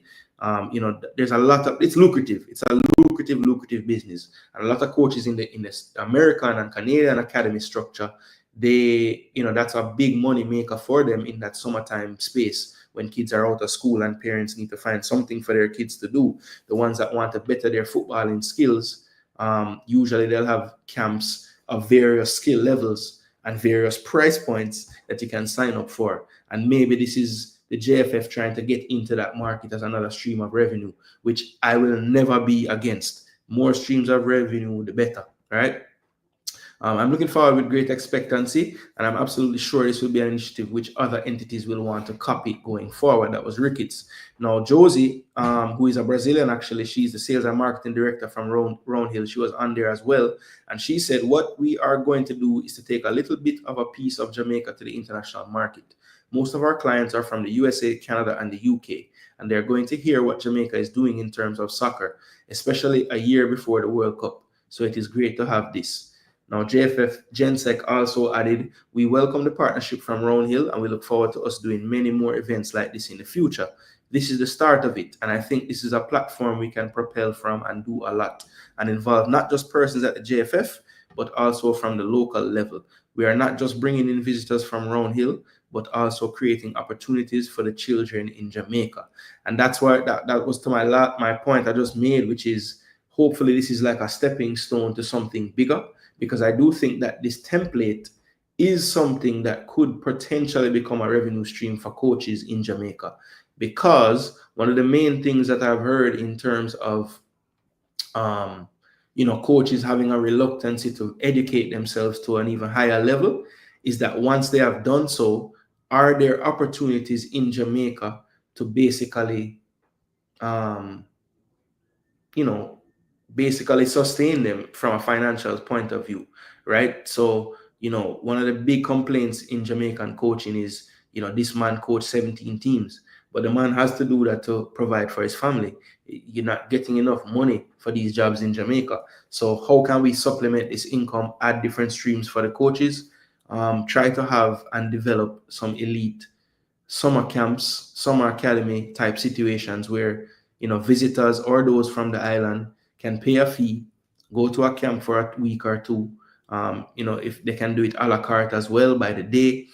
There's a lot of different structures and pay structures you could use, but I'm telling you that a lot of these academies in the States, not only do they survive from fees over the season of the parents of the players, but also they are a very, very good way to supplement that income. And another form of our revenue stream is to conduct summer camps. And the JFF getting involved with Roundhill to have their own type of summer camp style event, I don't think is a bad thing, because as the coaches improve their skills and their technical proficiency, again, I just don't know that the opportunities are there enough. If we have if it continues at this rate in 5 to 10 years, we could very well have more than 20 to 30 A-licensed coaches in Jamaica. There are only 20 Premier League teams and 14 more as it stands. No, there's only 14 Premier League teams and 14 more not 14, and 16 more tier 2 teams. So that's 34 of the teams that you'd want your highest level coaches coaching. More than likely, the smaller tier 2 teams probably can't afford a coach of that caliber to coach them. Maybe the Medforest of the world, those higher up in those leagues, maybe yes, they can get those high level coaches still. But there's just not enough teams to go around for these high level coaches. So how do you get them to not just leave and go seek opportunities elsewhere? We do want some to leave because we want them to expand their horizons, but at the end of the day, we want the best coaches to stay on the island to try to develop the players in Jamaica, right? And maybe they'll be able to afford to take on a more development role at, say, a smaller school, or even coaching the youth at an academy in Jamaica, if they're supplementing their income with these summer programs or these yearly type of camps that they can maybe hone in on certain skills of certain players. Maybe they have a striker camp, or whatever it is. But there's a lot of different ways that coaches can maximize their income, and I think one of the main ways is private lessons and camps. And the JFF trying to get into that arena, I don't think that's a terrible thing, actually. Now, the way they've gone about it, I don't know if I would have done it the same way, but I don't think the idea in itself is wrong. I think it's a good idea. All right, so let's just look at what Sportsmax had to say. This one was Sheridan Cowan. I don't remember seeing him in there yesterday, but maybe he was. But Sheridan says, in a move aimed at strengthening Jamaica's sports tourism offerings, The Jamaica Football Federation has partnered with Roundhill Hotel and Villas to launch the country's first ever soccer summer kids camp, scheduled for July 4 to 8. So he actually did his research like I did and went to the website. The initiative will see young athletes aged 7 to 17 participating in a week-long program that combines elite football training with immersive culture and wellness experiences, all set against the scenic backdrop of Montego Bay. The camp is positioned not only as a developmental platform for local and visiting youth, but also as a strategic effort to showcase Jamaica as a premier destination for sport and leisure. The Soccer Summer Kids Camp will coincide with independence celebrations at Roundhill, adding patriotic flair to a holiday weekend already rich in cultural experiences. Hosted on the resort's full-size football field, the camp will offer participants a rare opportunity to train under the guidance of national-level coaches provided by the JFF. Each day of the 5-day camp, which is scheduled to run from 4 to 8 daily, will feature a mix of technical drills, beach and hill workouts, yoga sessions, and recovery activities tailored to foster athletic development and holistic wellness. According to JFF President Michael Ricketts, the collaboration reflects the Federation's broader push. We are very excited at the prospects. Okay, so this is basically the same quotes from the last article. Okay, no, this is a little different. The JFF is just intent on developing these kinds of partnerships. And I really want to use this opportunity to ask of other private sector entities and, of course, government to partner with us, because we want to ensure that initiatives like these that will certainly impact the social aspect and, of course, to influence the psyche of every young boy and girl who will be involved in this particular exercise. The JFF's technical support includes licensed coaches from its coaching school, many of whom Dennis Chung said have already expressed interest in participating. Though national team coaches may not be directly involved due to scheduling, the Federation has emphasized the importance of engaging local talent and ensuring a high standard of instruction throughout the camp. In fact, Chung underscored the importance of the initiative not just for its immediate developmental impact, but for its longer-term value. He revealed that members of the Reggae Boys and Reggae Girls teams are also expected to grace the camp with their presence. So that is nice. Some players getting involved as well. And this is Josie right here.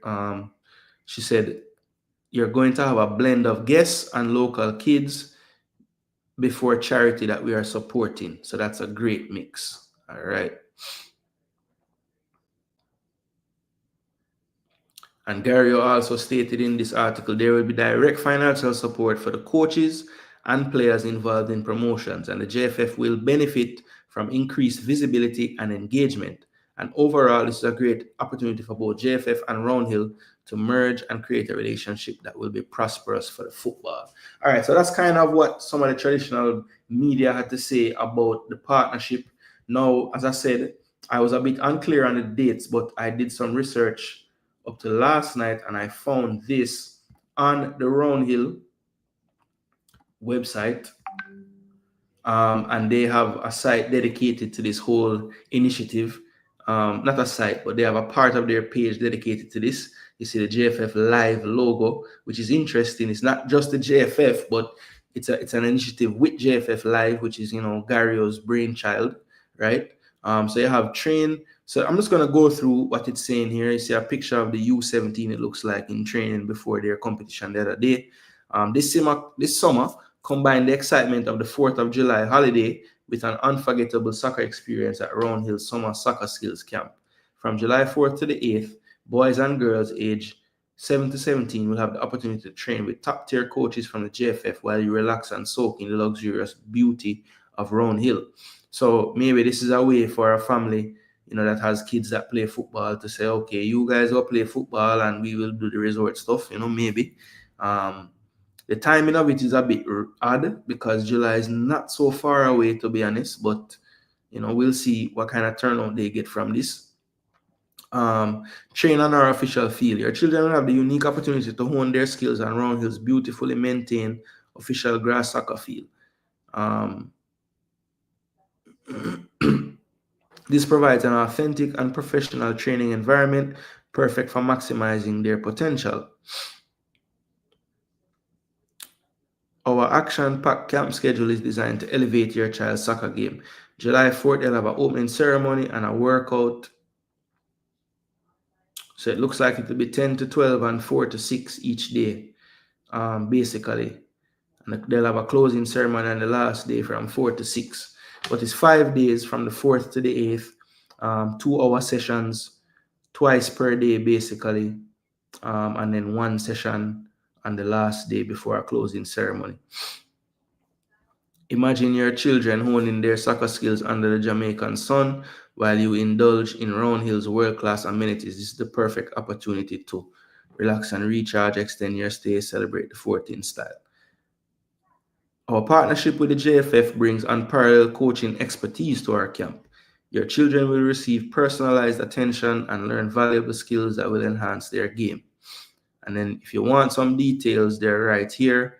But this is what it says based on the guest fees: $1,000 for the 5-day camp, and it's $250 per day if you just want to go on days, like a la carte it, and you can email the concierge at Round Hill if you have any queries about it. Anybody visiting Jamaica this summer with your family or whatever, you are planning to stay somewhere, you have kids who play, maybe going to Round Hill is the right thing because you have this opportunity there.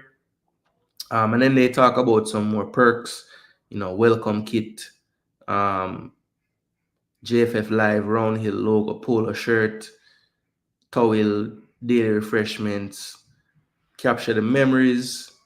You get a package with photos and everything and videos of your kid playing. Recharge and recover. I did hear them mention they're gonna have masseuse and all these things there. Obviously trained through the JFF programs. And then you have learn from the best, experience unparalleled training from national team coaches. So yeah, that's basically just a partnership with the JFF and Round Hill. And again, the way how it's marketed on their site, it's much more geared towards the guests than the community itself. I think maybe the community part was added in based on some of the questions asked, and they probably they want to include the community in some way, but I'm sure that that's going to be based on how many kids they can get signed up for this actual camp. But this is an interesting partnership. I like I said, it was a bit outside of the box in terms of what I would have expected as a partnership. But let's see if it can be fruitful. Let's see if it can be fruitful, right? Yeah, let's see if it can be fruitful. Now, they Round Hill will know the kind of guests they have. So based on that price point that they have marketed there, they wouldn't look at that and be like, oh my gosh, $1,000 for 5 days, and hey, it's something, as I said, that can be perhaps a lucrative undertaking for some coaches that maybe wouldn't have the opportunity to earn like that for such a short period of work. And it's just going to be dependent on how well Round Hill can market this experience to their guests. Obviously they will have a lot of people there during those summer months. The question is how many of them will want during their vacation to be so seriously doing a camp. Will it be that a lot of them will just be like that one picture with the kids on the beach barefoot and it's just a bag of games being played? I don't know. How many of these kids are that level of a soccer player to want to do a camp like this on a resort? Most of those type of players, I would think, are in academies already doing their own camps that they have been instructed to go do from their coaches and everything. So again, I just want to see how the turnout is this first time they're doing it, because I would think if like players are really seeking out that type of level of coaching, they probably, if they're especially from the United States or the UK or Canada, they're probably in some type of not professional setup, but some kind of some kind of development program that would include training and potential summer camps and whatnot. And I only say that because I have a daughter that plays in academy here where we live, and her club has several different camps. Not to mention Atlanta United close by to us, they have several camps as well over the summer. One co-ed, one for just girls. even the semi-pro team in Atlanta, they have camps. The local team here in Columbus, the local university, they have camps, and her local club have camps. So there's a lot of competition, I would say, for a lot of these kids. And the one thing that I think I hope that Roundhill and the JFF Live team have thought about is that most of these kids that will be coming, they are coming on their vacation. So even if they are football players, they may not have their boots with them. They may not, it's not, they didn't really come for that experience. So it will be interesting to see how much business they actually get directly from this. Like if families are really signing up because they know their kids want to go to the camp and they get to just go and stay at Roundhill as a byproduct of that, or how much of it will be, okay, little James and his little brother Tony,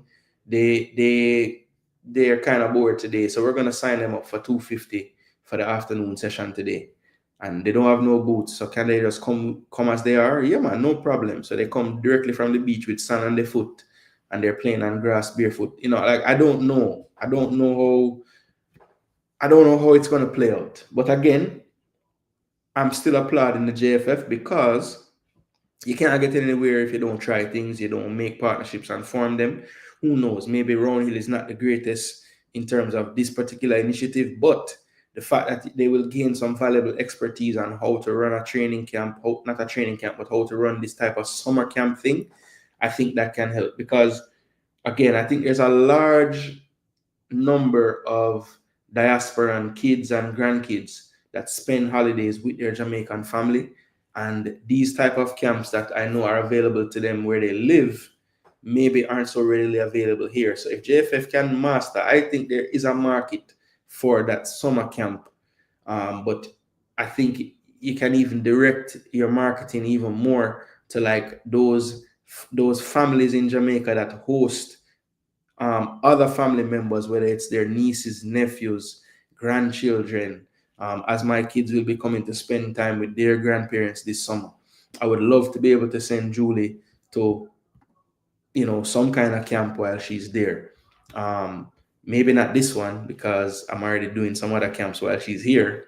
So my $1,000 for camp gone. But it would. I think it's something that they could gain a lot of expertise from, and if they utilize that in the future, they could potentially run their own camps, and that could open up a whole new stream of revenue that maybe they weren't thinking about. So this is a good thing, people. This partnership, I don't see how it could be bad. I think they're gonna have to work through a lot of kinks in this first year, though. But my hope is that they aren't, every little roadblock they run into doesn't mean that they give up. Because with things like this, it's definitely going to be a trial and error phase. Because unless somebody in the JFF currently has the knowledge of running these, these style camps, then I think they're gonna have to just go through it and see where they get. You know what I mean?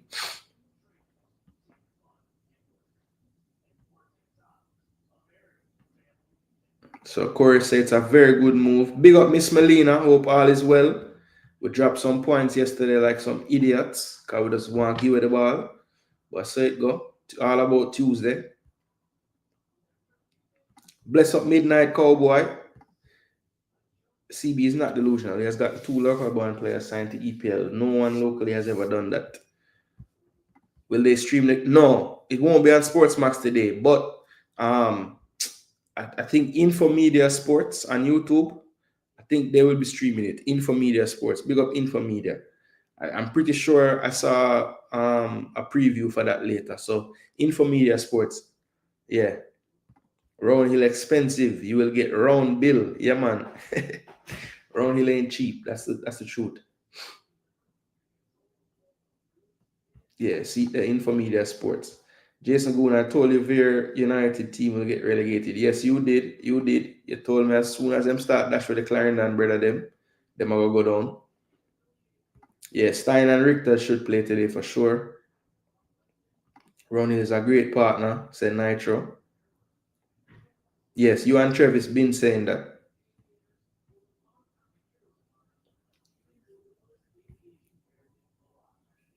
I think these will make Caribbean teams stronger by adding other quality. Yes. I heard Mount Pleasant brought in some quality Haitian. Yeah. Them bring in Clifford Thomas and Jedi. And them done did have Excelus and my boy the name Celestine. And them have the other youth too as well, but him play more with the junior team. Checking in. Big up yourself, Pastor. We're there.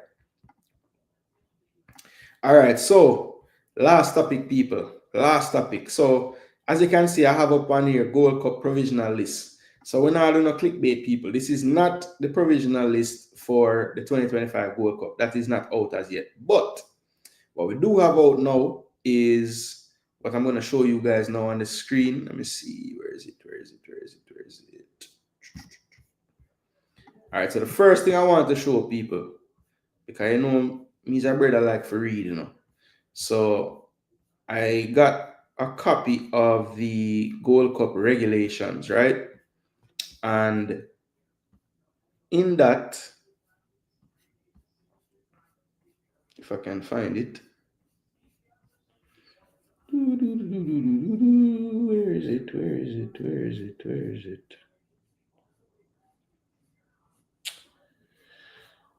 Bro. Hold on.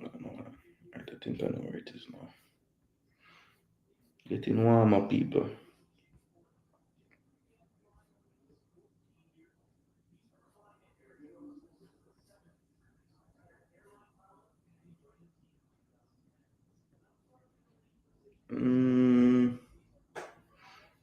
Where is it?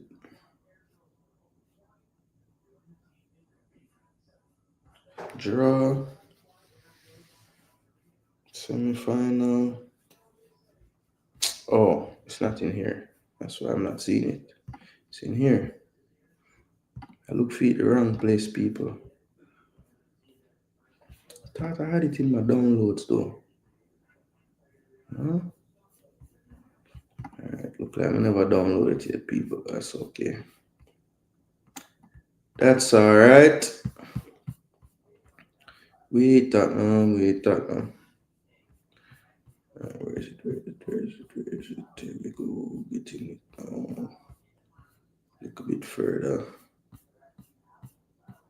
Is it not here? There we go. Alright, so now let's get this on the screen so you guys can see what I saw. And this is how I knew that we're coming up to the time where we can start to look at the thoughts of the coach in regards to the players for the Gold Cup. So, and the reason why I'm focusing on this Gold Cup stuff is because the coach did say in his last time we heard him talk that he's wanting to have that continuity from the Gold Cup team straight through to the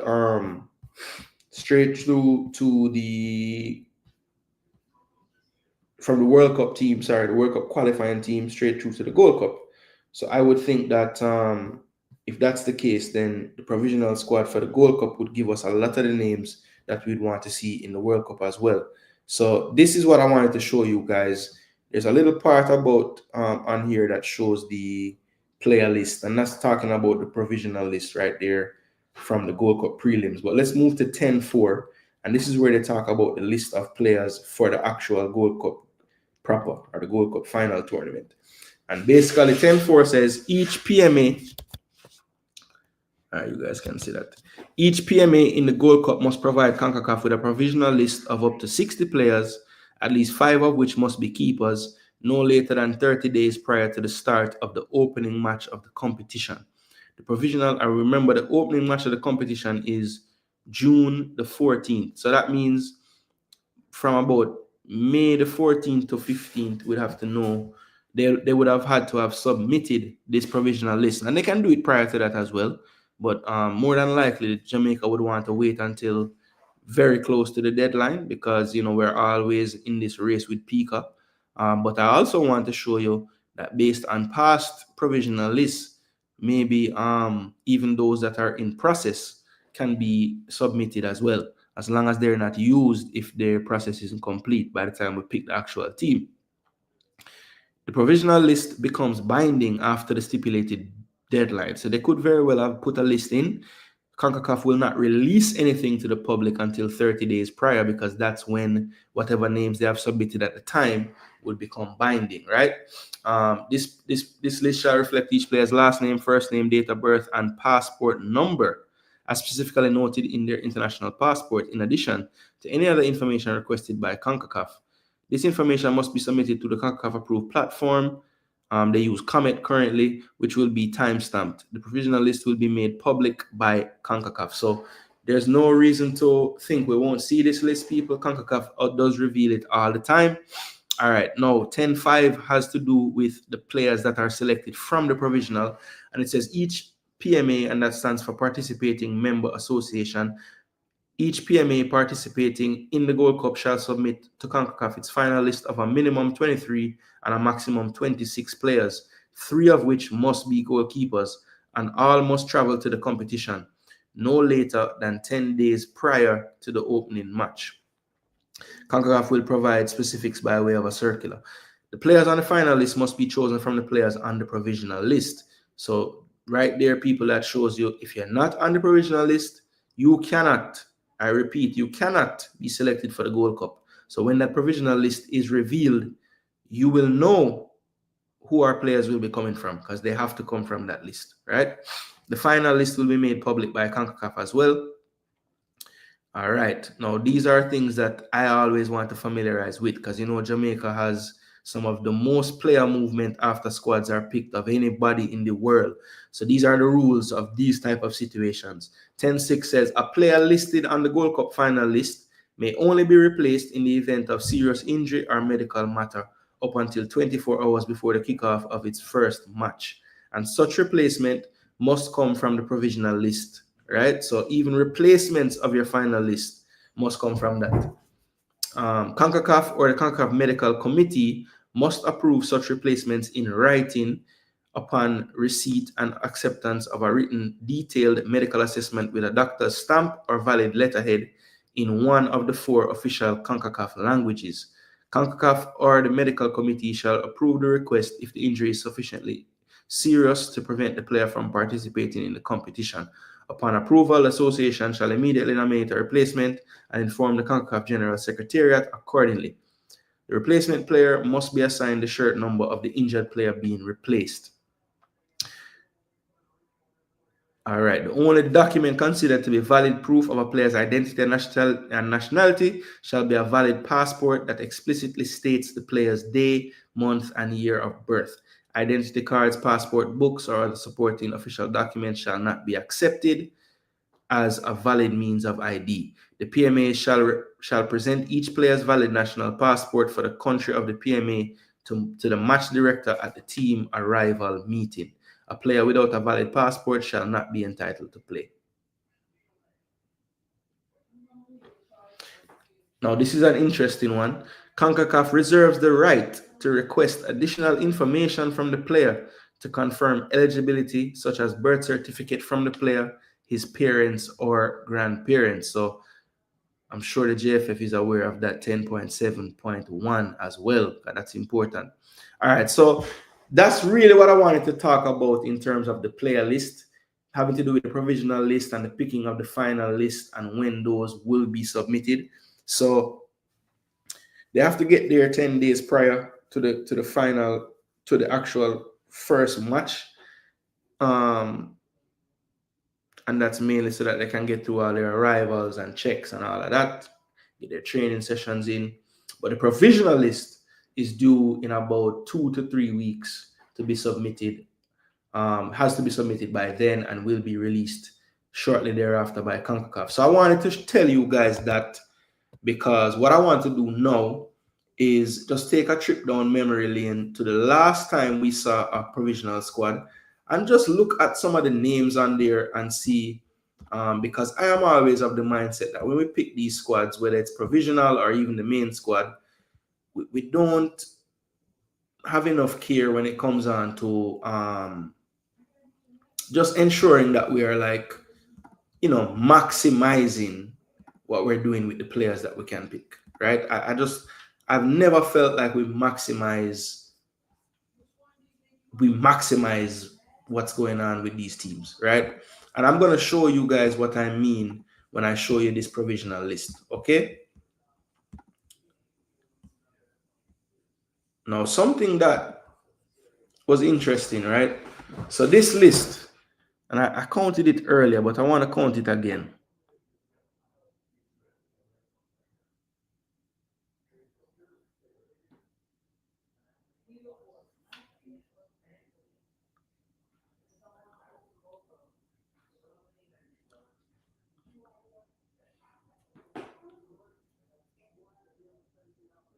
So that's a 50-man squad, right?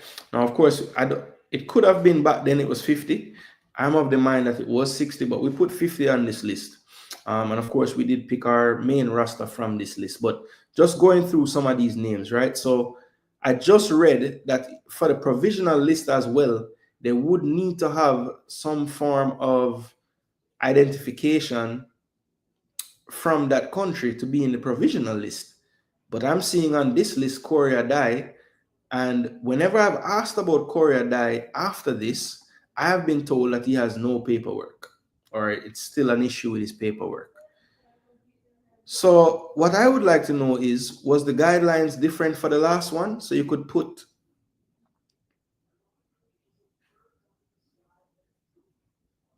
yeah, so I don't know. I don't know.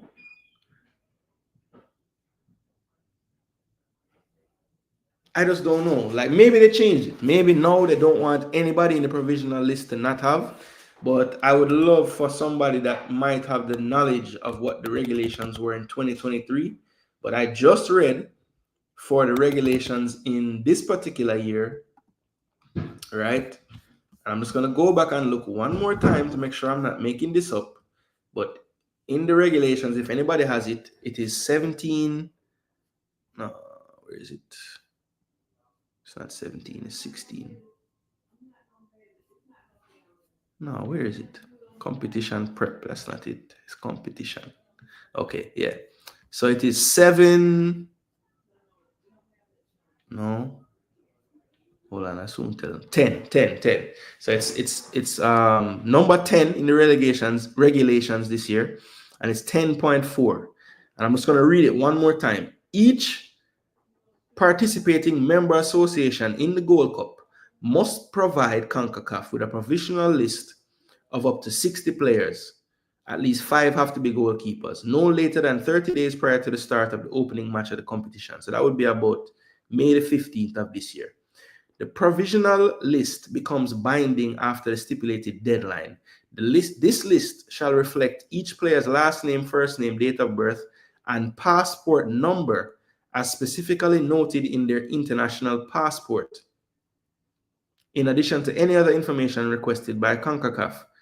This information must be submitted through the CONCACAF approved platform, Comet, which will be time-stamped. The provisional list will be made public by CONCACAF. So, for the 2025 version of this provisional list, people, they are saying that you must include a passport number with it.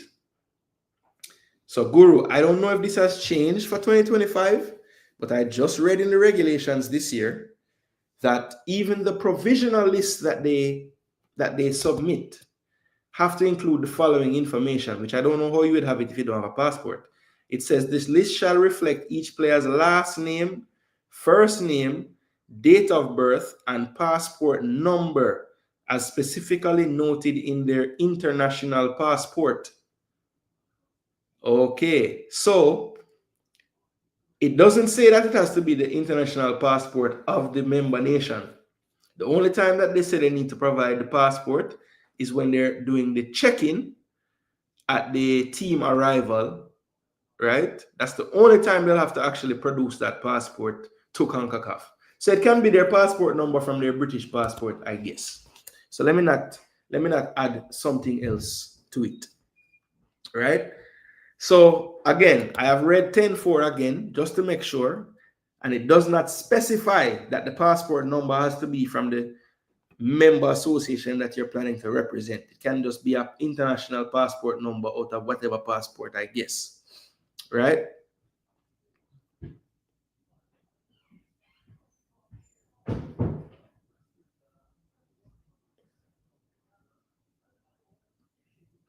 Yeah, because once they pick the 23 to 26, then you have to be able to be checked in when you arrive, and to do so you'd have to have a passport from that nation, right?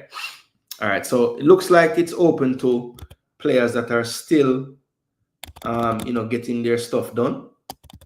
But this was the last list, people. Corey Adai, somebody I've always asked about, but apparently he's still, from these times, not been able to secure his passport. I believe with him, it's some issues with just acquiring some documents that are very hard to track down from his ancestry. So it's just a difficult situation for him with the paperwork. Then we have Colin Anderson. That's one player. And I'm just going to make note of all the players that I'm not sure what has come of them. Mikel Antonio, that's somebody that has been involved. Of course, now he's out with his injury, but he's definitely someone that we did utilize after this period. Luke Badley Morgan, I think this has more to do with him not being able to stay fit. He's been really injured in and out of the teams that he's on for a good little while now. Then we have Leon Bailey, of course, he's around. Amari Bell, yes. Deshaun Bernard injured but still around. Andre Blake, of course. Kanaya Boyce Clark, we have seen him in and out of the team since then. In the squad, I shouldn't say in the team, in the squad. Javane Brown, that's a player that has fallen out of favor since these times. Haven't really seen him called up in quite a while. He's also recovering from injury now, so he won't be available. Corey Burke, he has since kind of dropped down a few levels in the USL, the USA football structure. He's currently playing in, I think they're in the championship, Lexington. Yeah, they're in the championship. Then we have Bygrave. He's no longer really a part of the setup, playing in the JPL again.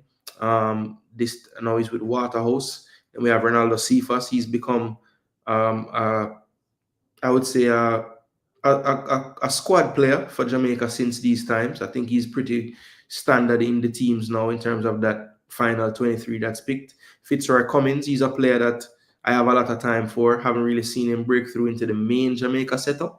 But even when he got his chance with the local team, I thought he did well as well when we saw him get to play there. Junior Flemings, that's a player that has been outcast at this point.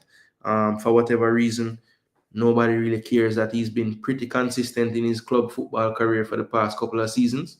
But I guess he's burned too many bridges. I don't know, but you haven't really used him. Kemar Foster, I remember at the time him being the best JPL keeper. One of the knocks on him was his age, and as you can see, Kemar Foster is 1992 born, so he's about 35 now. Keepers can keep a bit older, but if he's 35 in the JPL still, I don't know if you're going to have a quote-unquote JPL keeper slot amongst your three choices. I was always pushing back against Foster, even if he was the best, just because where's his future really lying? I mean, if these JPL players need caps in order to get work permits, why would we be running down the cap for a 35-year-old who probably won't get a look in overseas at this point? That was just my only thinking on that. Ian Frey, a name that I'm going to add to the list of those that we haven't really moved forward with. Now a lot of this is down to him just being unlucky with injuries, because at the time he could very well have come and play for us. Got injured like right before, so it just wasn't possible. Omari Hutchinson, that's another one I can add to the list of those that, for whatever reason, is not involved in the setup anymore. He obviously didn't play in the Gold Cup, but he was in the provisional squad. Damari Gray is still around. Daniel Green, another player that I think is underrated as far as local players go. I think he's a lot better than people give him credit for. And for me, of all those players that Paul Hall was using in that local contingent, he looked the most at home in the team. Like, he actually was effective in the games he played. I thought he was decent in those games, but he's not really, for whatever reason, he just doesn't get that much fanfare with the Jamaican people. Wes Harding, that's another player. I think Jamaica overlooking him for a long time as well. Those are some of the factors why we haven't seen Wes Harding. Funny enough, he did go to the Copa America out of the blue, which was a bit of a surprise. even though we had been calling for him in multiple windows and competitions before that. And this season, he's had a really tough time getting game time. So it's unlikely to see him in this Gold Cup or World Cup qualifier, I would say. Michael Hector, sad to say, I have to add him to the list of those that we don't really look at anymore. But, that's understandable. He's now getting up there in age, about 33 now. He had gotten signed to Dagenham and Redbridge in the National League. I thought he got drafted in that baller draft thing, but I haven't seen him play any games in that. But yeah, Michael Hector definitely on the outside looking in, I would say, currently. But is he one we need to revisit with some of these injuries on the defense line? I don't know. Daniel Johnson, for whatever reason, this guy just can't really stay in the team either. Also one that's a bit up there, 32, 33 years of age now, going to be 33 this year. But I think the way he's been playing in Turkey this season is a no-brainer for me, especially knowing the style that the coach is looking to play now with a little more ball handling through the midfield. I think DJ fits the bill of that perfectly. Then we have Richard King. He's been a mainstay in all the squads ever since these times. Doesn't always get the game time, but definitely always in the selection. Amal Knight, that's another player that's pretty much fallen off of the radar of the coaches. We did hear the other day he was in contention when we had an injury or a few, but he wasn't brought in. But he now is playing over in, I think he's gone over to like Vietnam or something like that, or I think he's somewhere in Asia. I can't remember where. Don't quote me on the Vietnam. But I know he's in Asia somewhere playing. Kevin Lambert, he's back in the championship. He had bounced up from championship MLS, championship MLS. He's another player that we have just not looked at under this coach, and I'm surprised by that. I think he has a skill set that we could use, especially in certain aspects, like a certain time of a game when we're trying to batten down that midfield area. He can bring him on. He can come on as a third center back as well. And I just feel like he's a player that, maybe doesn't do anything flashy on the field, but can do his job, and there's nothing wrong with having players that just do their job. Joel Latibo there, been a mainstay, always doing his thing. When he's healthy, he's here, putting in a shift. Love the fact that he's not really playing in midfield as much anymore. I was never the biggest fan of him in that midfield role, but anywhere on the back line, whether it's in a back four, at center back, or a left back, or right back, or definitely for me in a back three, he's definitely probably his best. But I didn't mind him the other day playing at left back, and that made me believe that if we need him to play right back either, I would take that as well. Kemar Lawrence, he's one that is pretty much on the outside looking in at this point. Then we have Greg Lee. He should be back around. Dexter Lembikisa for sure. Damian Lowe should be around as well if fit. Actually playing decent with his club team this season, has to be said. Then we have Jamal Lowe. That's another one that I think is pretty much on the outside looking in now.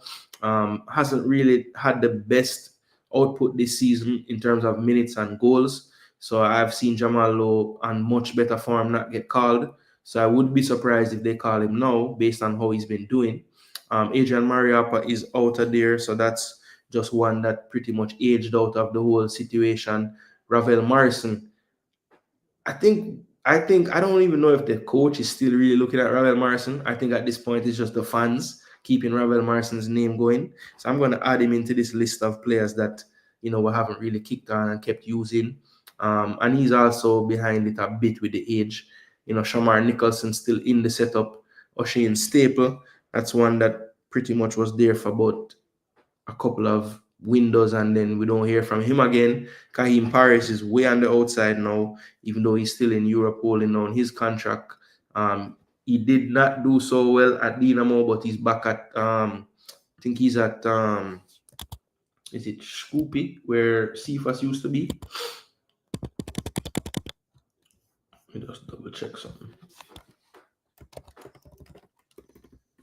because I saw the other day he because he had a tough time trying to get going in Dynamo.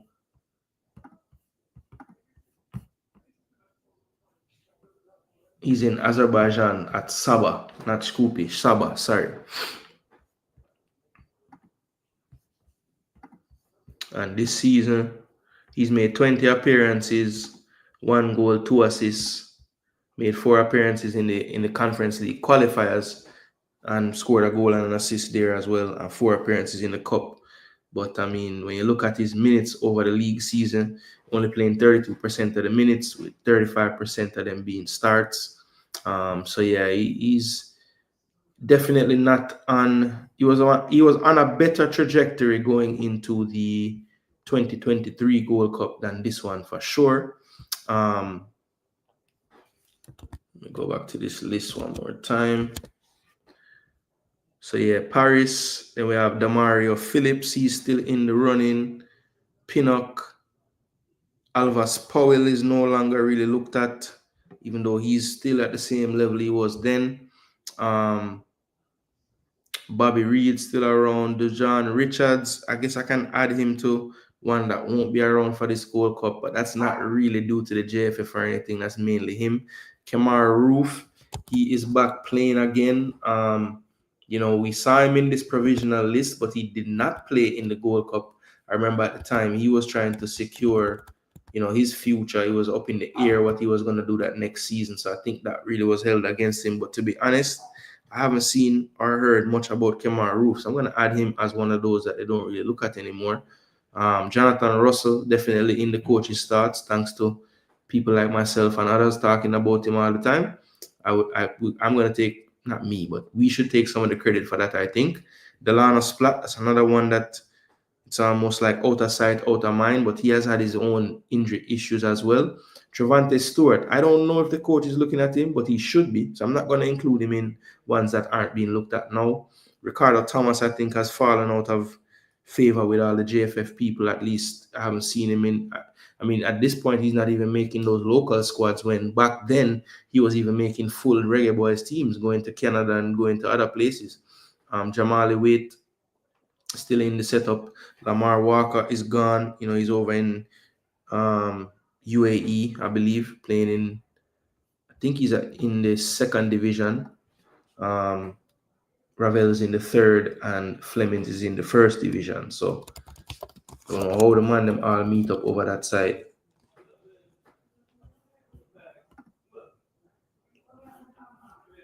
Yeah, he's at FC Majad in the UAE.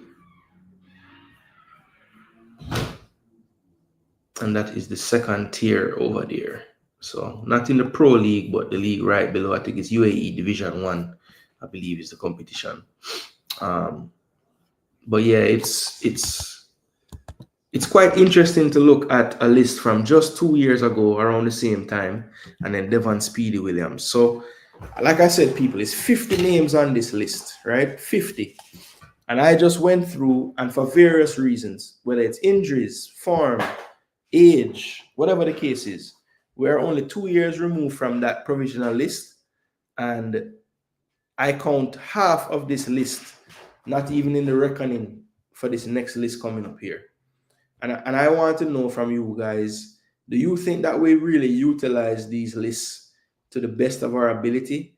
Or does it, because what it looks like to me is we really pick a good 30 out of this list, and then we just kind of say, okay, we have to submit more, so let's just add people.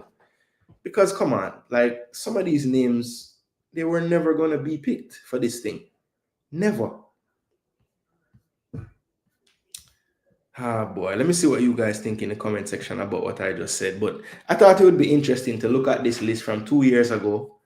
And for me, we need to really and truly, like, I'm hoping, and I heard the coach say this in the last time he spoke, he has these 50, 60 names, and he wants to make sure he gets this right, and the balance and everything.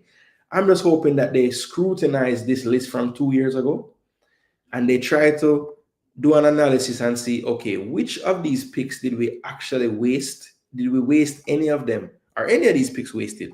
Because I think at least 20 of these 50 are quote unquote wasted. Because for one reason or the other, whether it's like Adai, who was just there because I guess maybe at the time they thought they were going to get that over the line faster. But for me personally, I don't think it makes sense. Especially knowing what the JFF knows about Pika, don't even bother putting them in no provisional list, man. Leave that space for a person that can actually be selected. Because what ends up happening, you might, all right, let's say you have 5 keepers, and then you put your provisional list of 5 keepers, and madly 3 of them injured when it's time to pick. And one of those 5 was a person that you think gonna get them passport. So how do you, I don't know how you fix that. I guess there must be provisions if you say, well, all of my provisional lists never have them passport yet, and them none of them not come through. I guess you'd have to ask for special permission to add keepers. I don't know. But I feel like we need to utilize better this provisional squad and really be mindful about who we're putting on it.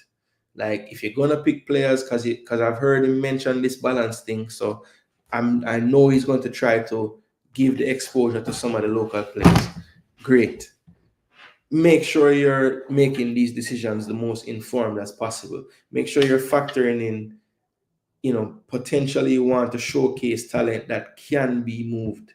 So they have to have the right age profile, right? They have to. They have to. So sad to say, like Captain McCullough, I'm sorry, bro. Your age is against you. I can't put you in this team. I can't put you in this team. I'm sorry.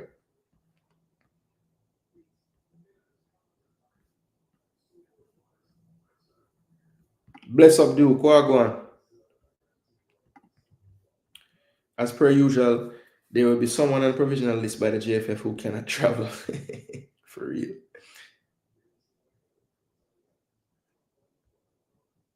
You can put anybody on the list, 23-man squad have to present their passports. Okay, cool. NA passport has been applied for. All right, wonderful. It isn't about the future or age, it's about if a player can help us to qualify. Okay, fair enough. The passport number has to be from the national team of the country being represented. CONCACAF is making sure that there are players added after the established deadline.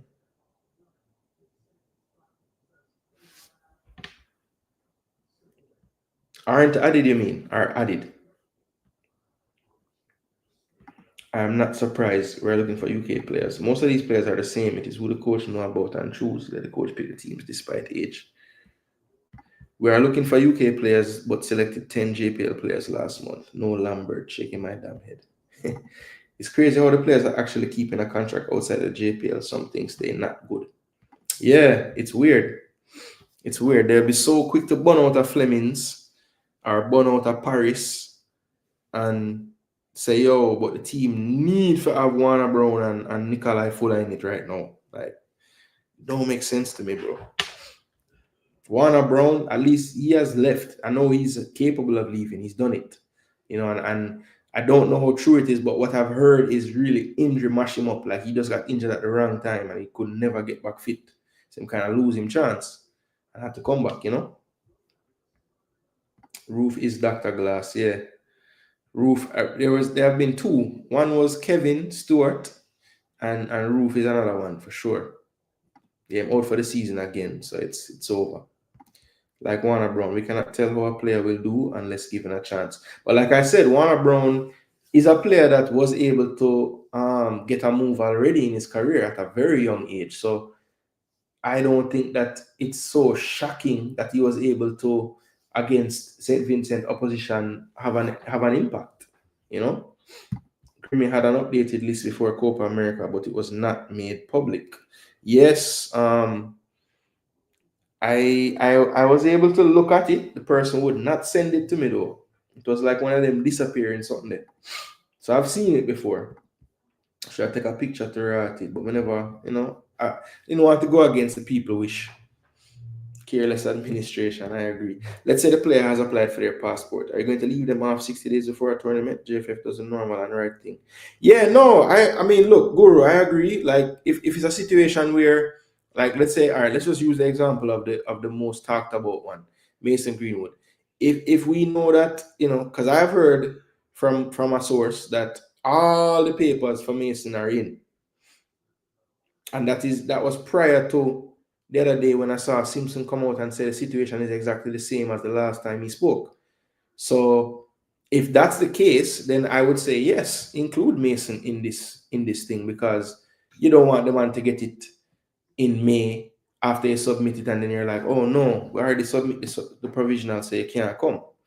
You know? Yeah, not added. I figure it was not added. Warner Brown is a better center forward than Flemings and Paris, who are wingers. Fair enough. Fair enough for that opinion. I would say I would agree with the Paris one. I don't see Paris as a center forward at all, but I don't know for sure that Warner Brown is better than Flemings as a striker. Don't know for sure. You just said that they were wasted picks if they don't have their passport. No. Okay, all right. What's confusing, Guru, is the fact that let me tell you what's confusing me about all of this. So I'm gonna pull up one more time because pretty much this was the last thing I wanted to talk about today, was this whole Gold Cup squad list and everything. But what I want to do is really quickly, I want to show this again because I believe that the way it's worded is a bit strange to me. So this is what I referenced just now about this current regulations for this Gold Cup. And if you look on here on 10.4, it says each PMA in the Gold Cup must provide CONCACAF with a provisional list of up to 60 players, no later than 30 days. The provisional list becomes binding after the deadline. The list shall reflect each player's last name, first name, date of birth, and passport number as noted in their international passport. All right. So when they say international passport, they don't care what it is. They just want a passport to identify them with. That's for the provisional. But when I was initially talking about this, Guru, when I read this part right here, this passport number part, I took that to mean that it has to be a passport of the country you're going to represent, but that's not what it's saying. So after I've corrected myself, I must then take back what I said about not adding players that are in process. Because I thought this meant that you couldn't put players on there unless them have them passport, because you need to put their passport number when you're signing them in your provisional. But what you are saying now and correcting me is saying that you're saying that it's only when the final 23 is submitted that you have to provide the Jamaica passport that time. And if you can't provide that, then them can't go in your 23 or 26 or whatever. And I said, if that's the case, then I understand why Korea Dai would have been put on and others who are going through the process. So I did have to backtrack. It's not that I have two mouths. I interpreted something incorrectly. So I then changed what I was saying. I had to. Because the reason why I thought that it could have been any passport is, well, two things. Either the last regulations for the last Gold Cup were different and it didn't matter that the provisional players had a passport, or when I've reread it now and realized it doesn't actually state specifically that it has to be the passport of the country you're going to represent, then that makes sense that Adai could be on it. You know what I'm saying?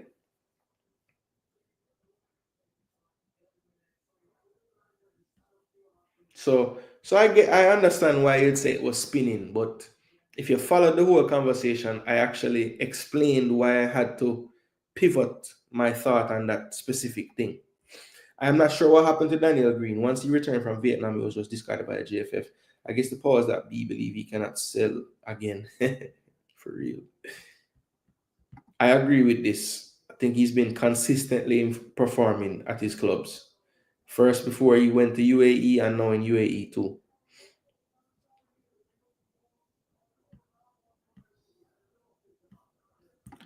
You shouldn't be confused. Jamaica has wasted a lot of funds dropping experienced players for the next hot Really? You think that's why we waste funds? Because we drop experienced players for the next hot inexperienced thing? Wow. For you to pick out all the things we have done over the years and choose that as the main reason, that's crazy. Me lose half a year spinning after getting that information was that we were wasting slots. Yeah, I still believe we are wasting them because how is it that 25 of a 50-man squad from last time, this wasn't 2011, you know, this was 2 years ago. So how is it that 25 of the players in our provisional list from 2 years ago are no longer even in the reckoning? How is that? That means we didn't pick the squad good. Because you would think that from 2 years ago, you would have at least 35 of them, maybe 15 of them drop off. So I don't know how me I spin. You're determined to say I'm spinning. And even when me explain why me did have a different thought process before, you still say me I spin. But I still feel like even with this new information, that you can submit a list of people that don't have a passport, you still have to be more aware of all the variables because there shouldn't be that much turnover. We don't have so many players. Like, I mean, people always say we have all these players, but I don't think we have as many as people think. Especially ones that like could actually provide the documentation to play.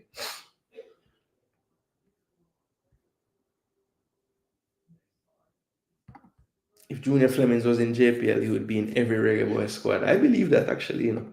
Juan Ravel, if he's not in the team, it's going to be harder to qualify. I'm gonna read that already. Bless up Marlon, what go on, bro?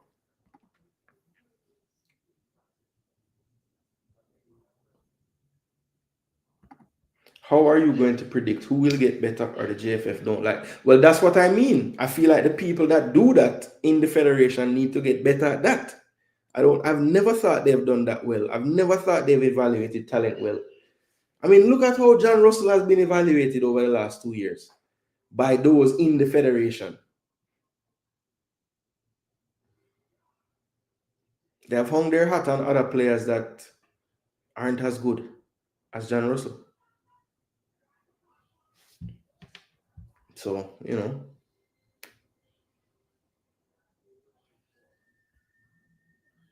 The next list is due by like the 15th of May.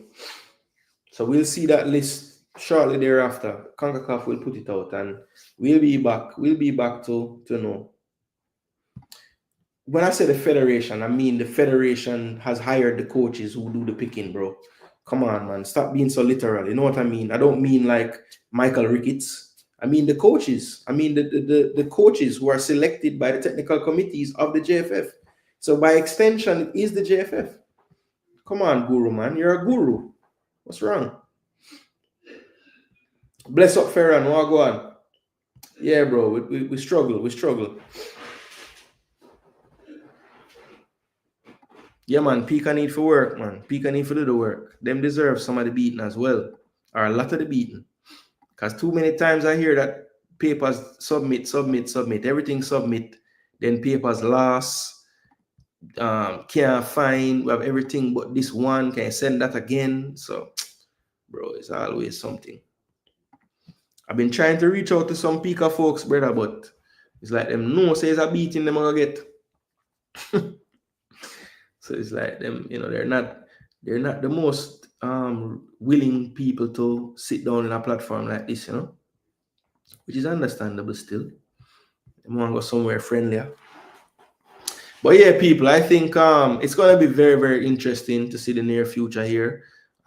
We will have some squads being released.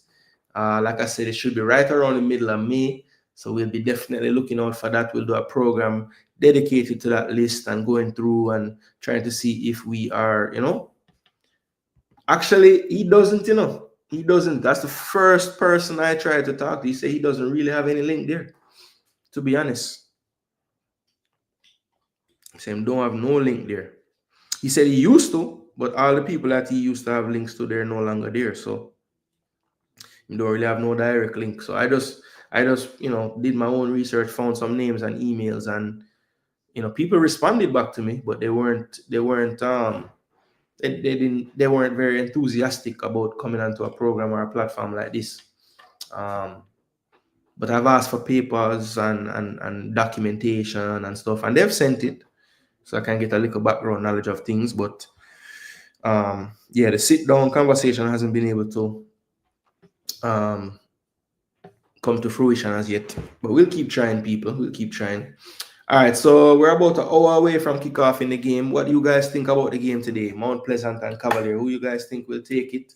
The game will be at the Edward Seaga Complex. So Cavalier is the home team. So yeah. Pika Trump cut. Who you guys think taking it today at Edward Seaga Complex? You like Mount Pleasant to keep rolling? I think Cavalier lays down a marker for the playoffs. What you guys think? I think Mount Pleasant too deep.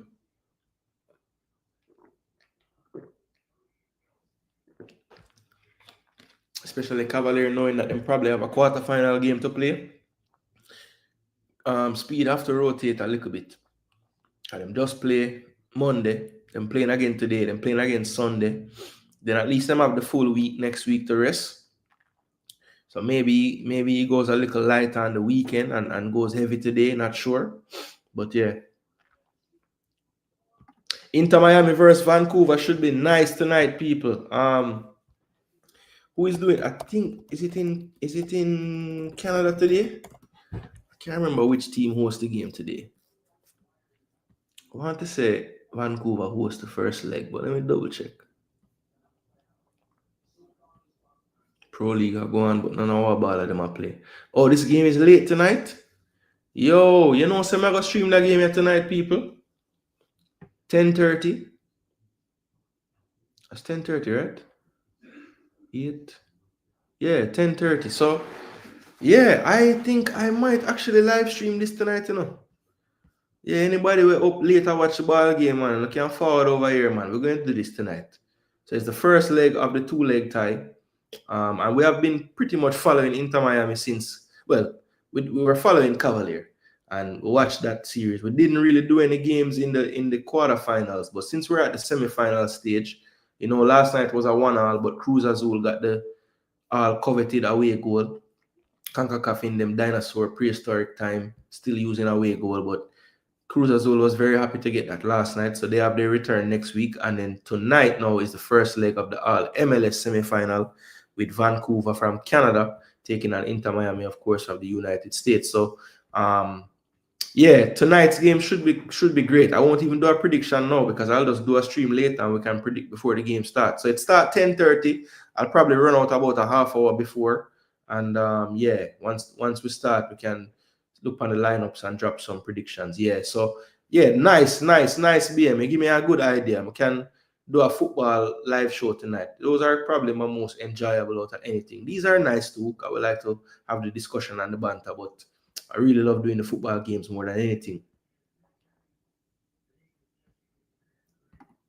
Pika is doing their jobs. They have to make sure that diaspora and who claim citizenship are qualified.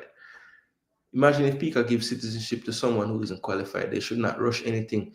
No, but I mean, but Guru, you make it seem like, all right, so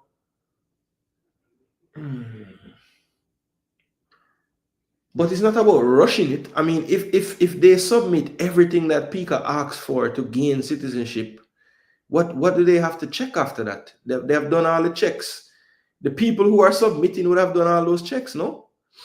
Are you saying people just submit false foolishness to try to get citizenship all the time? Because I would think that if Pika is dealing with like sporting situations, right?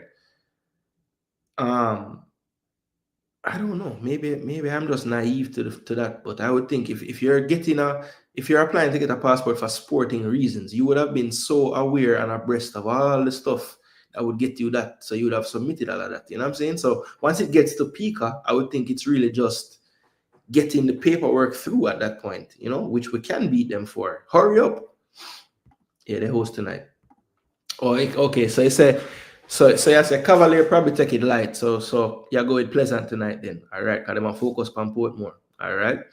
Is there a checklist of requirements that would satisfy Pika? Absolutely. And those who if you have ever seen any program with like Ian Campbell, right? He's spoken a lot about the process and different things that the players need and everything. So maybe as a refresher, as we're going into the summer now, maybe I need to try reach out to Mr. Campbell and see if he would like to do a little refresher course for the people. Because I remember seeing quite a few programs with him explaining the whole process and that there is a checklist that they go through before submitting, because when you submit and something is wrong, you can lose your spot in the queue and all this. So it's very important that they get everything. When they send it, it's everything and there's nothing missing, because they tend to lose stuff when you send it 111. Bless up RR. The JFF has always had challenge with player selection. Just take a look at our junior teams. The percentage of our junior players who have made the transition from U20 to senior boys is horrible.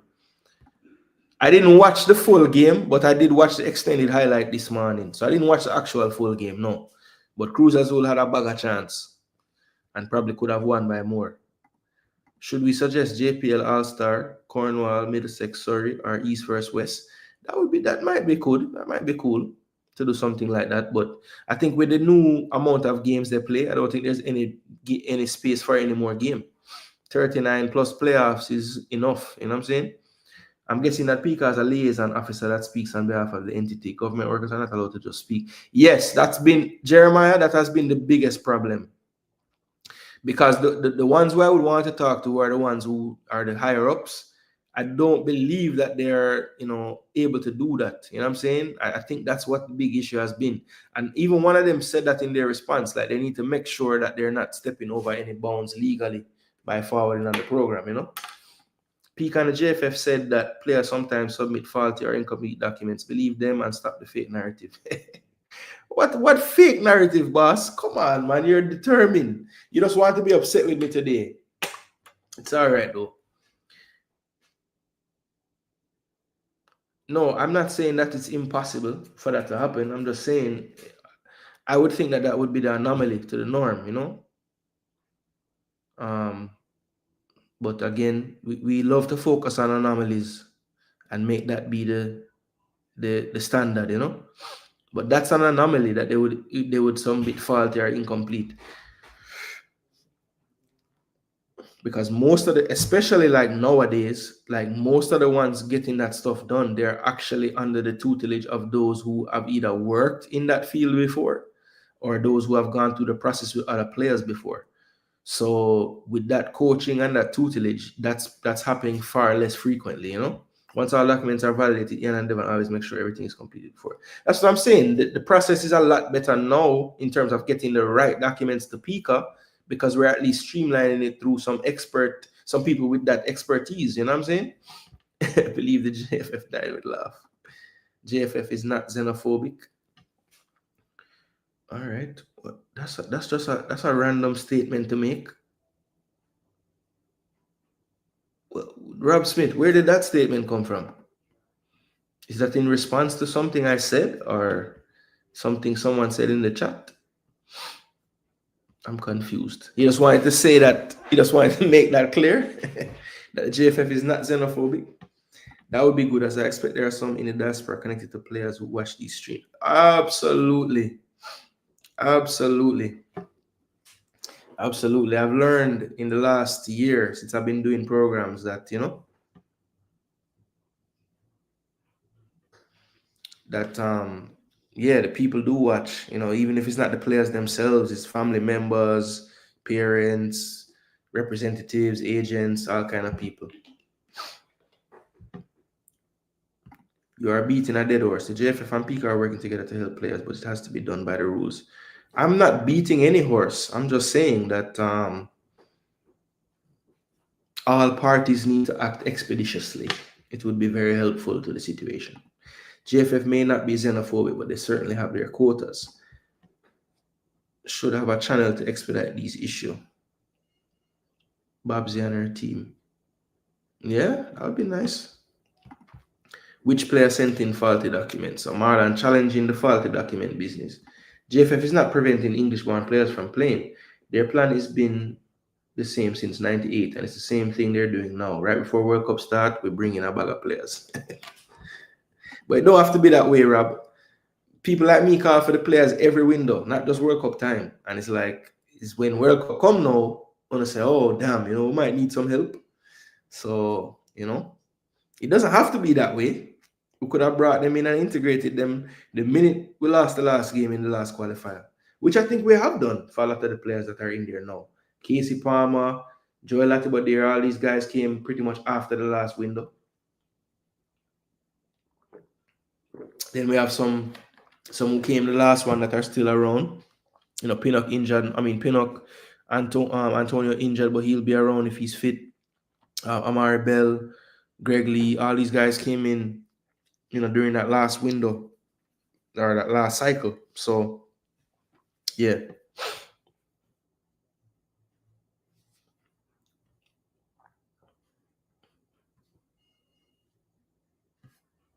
Anyway, people, that is it for today. Reasoning Time episode 13 is in the books. Maybe Pika get a cut when player sell. I doubt that, L Weeks. Lee Young, I thought I was the only one. I thought I was the only one that get upset when people make this mistake, I don't know, boy. I'm really the grammar boss, because it pissed me off too, Lee Young. Like, thank you. There mean it's yours or it's theirs, There is over there with a E-R-E. Thank you, Lee Young. I'm going to leave this up. I want to know what exactly is quota people talk about. Quotas are easily identifiable. But I don't know. I never said nothing about quota. Quota was Nitro. So that they may not be xenophobic, but they certainly have their quotas.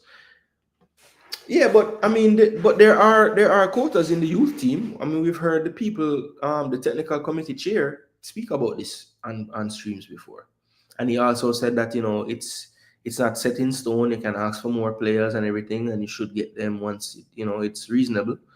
So we've talked about that. JFF not bringing any players because of the beating Jamaica got from USA. The coach decided he needs players that have better quality. Oh, okay. He's just answering Rob saying it's not the JFF bringing in these players, it's the coach. Okay. Yeah, the age group teams. And some have argued that there is a soft quota in the main team as well for the men. But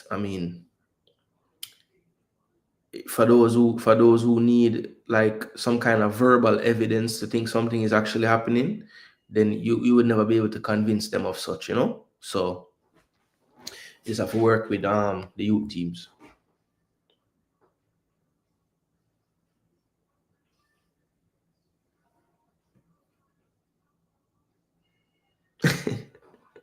And Meek said go further. Youth teams have quotas, but not the senior team. Yeah, it's not on a record that the senior men's team have quotas or women's team for that matter. But you can point to the record and show that that was actually stated about the youth teams. And as I said, some people would use circumstantial evidence to suggest that there is a quota in the senior team too, but that's a much tougher sell because there's nowhere you can point to that says, yes, we heard it here first from this person, I don't think there is in the senior team. Our senior teams are majority English-born players. Yeah, if you look at the most recent squad we had, or maybe I shouldn't use that squad because it was so different from.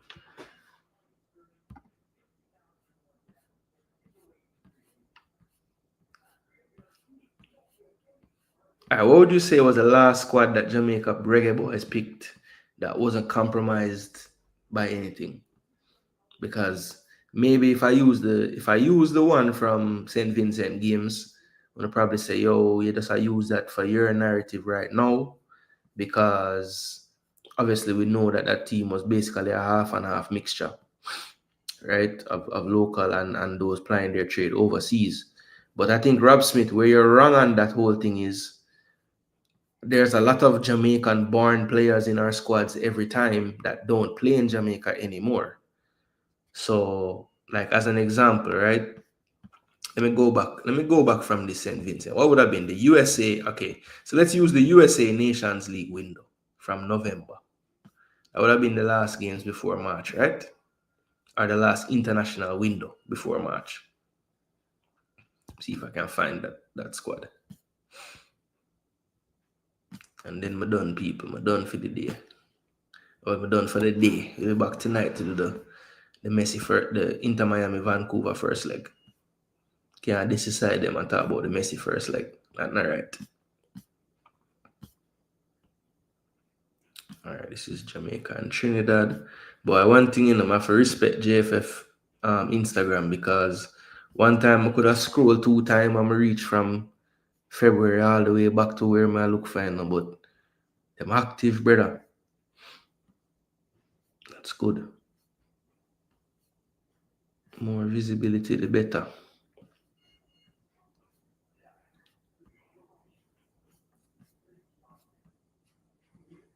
Cricket girls squad. So where's the boys? Ravel call up. All right, where is it? Welcome back, Leon Bailey.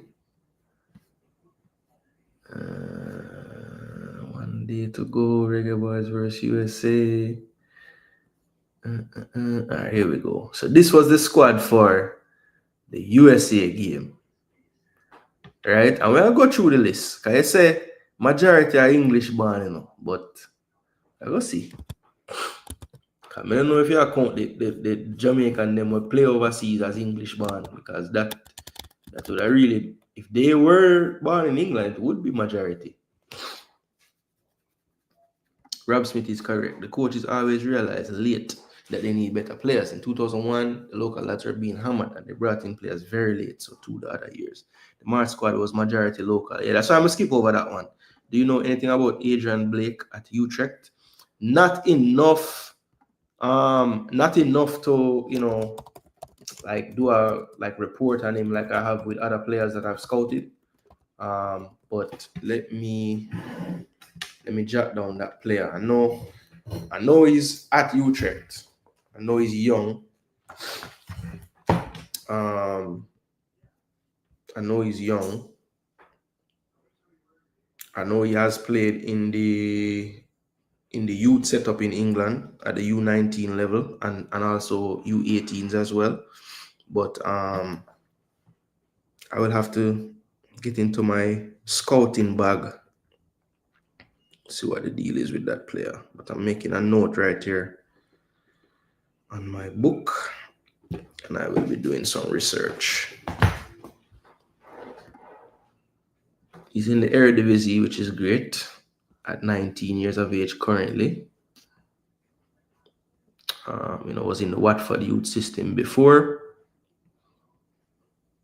Also did make 3 appearances for the first team at Watford, which is big. But yeah, towards the end of the season now, he's getting some opportunities over at Utrecht. Of course,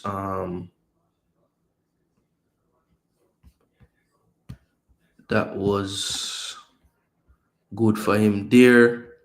He is listed as on transfer market that he would be he would be eligible based on citizenship. I don't know if he's a citizen, but he's eligible to attain it. That much I know. I think he was born in England, if I'm not mistaken. Yeah, he was born in London. But yeah, I will do some more research. I mean, I remember looking at this player back from his time at Watford. Since he has gone to Utrecht, though, I have to be honest, I haven't really. I remember looking at him back in like 22, 23, back when we were looking for U20 players back then. But since he's gone over to Utrecht, I haven't really fallen off with tracking him. So thank you for reminding me about that player. I think that was Nitro that said that in the comment section. Big up. Thanks. Yeah, he's a good player though. I mean, like recently, I couldn't tell you a lot about him, to be honest. But those Jamaican-born players play in Europe, like the players from England, some playing in better league. Are we saying any Jamaican-born player selected is part of a quota? No, no, no, no, no, no. Well, I think people that say that, I think that is their argument, that there has to be a certain number of Jamaican-born. You know, not that they have to play in Jamaica still, but yeah. How did Dixon make the team if there is no quota? Always being hammered because 2014 qualifying, the team was doing pretty well. And Tapan Burrell went to England and got 9 players. Oh, so Rob Smith, you're saying 2014, when we went for the players, we started to do badly because the coach liked him. What does JFF have to gain from Dixon? He's already sold. Blake not ready for international football, says Marlon. Rob Smith, we disagree, but I respect you because we're on the YouTube thing from early. I never stopped following Jamaica football. I didn't need YouTube. YouTube just created a community. That's true. Because I never really knew that this community existed, but I've been following football before I found YouTube football. So, yeah, U20s. Rob Smith, nothing to do with McLaren. He said Dixon needs to try and get in Charlton team. I agree that Dixon needs to stay because League One doesn't have international breaks. Feel like he should have stayed with his team. Yeah, man, especially with all the injury stuff that was going on then. He might have even been higher up the pecking order if he had gotten that chance to just stay. Because when he went back, he got the chance, you know. I was following this farm from 1990. I stopped when I see them destroy the 2015 team. Where were we in qualification when Tapa brought in those 9 players? That's a good question. Rob Smith, the historian, will tell you still. But people, we know we can have the conversation till nightfall, but sorry, we have things we got to do in our life. But yeah, I did want to show you guys this though. Before I leave, this is the last thing I'm going to show you, I promise. But I promise myself because I need to go. But this was the squad for the US games. So I'm going to count the Jamaican players, like Jamaican-born players. So 1, Jamali Wade was born in Jamaica? Or no? I feel like he was born in the States, but let me double check. Let me double check. I know he's been there a long time, but maybe he was born in Jamaica. Let me see. No, he was born in Philly. All right, so can't count Jamali. So we have Andre Blake, Shaquan Davis, that's 2. Damian Lowe, 3. Richard King, 4.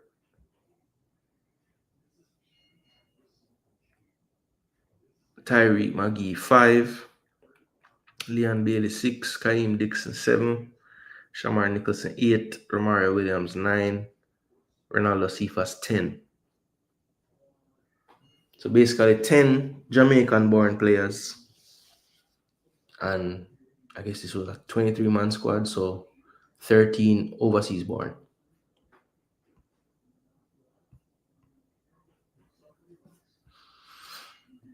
So yeah, that 10 number of Jamaican-born is pretty consistent.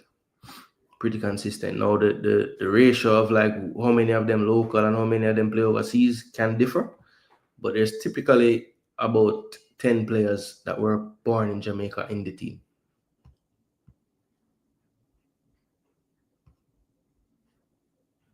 Like I said, there's no evidence that there is a quota, but very rarely you see that number drop below that.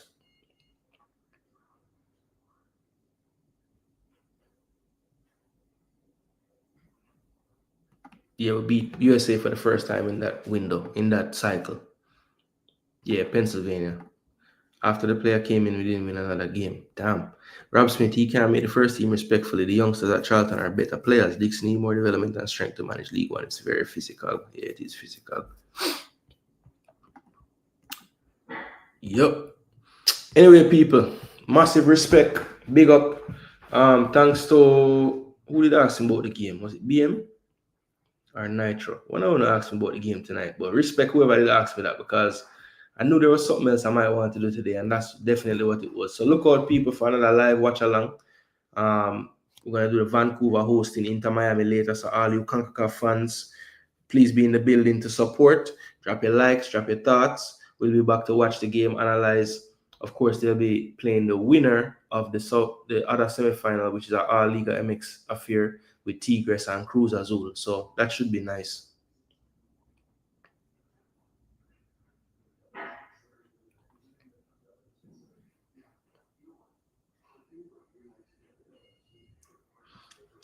All right, people, big up on yourself. Thanks again for the support. I am Jason Gooner. This is Jason Gooner TV. And until next time, people, big up on yourselves. See you guys in a little while for the watch along. Bless.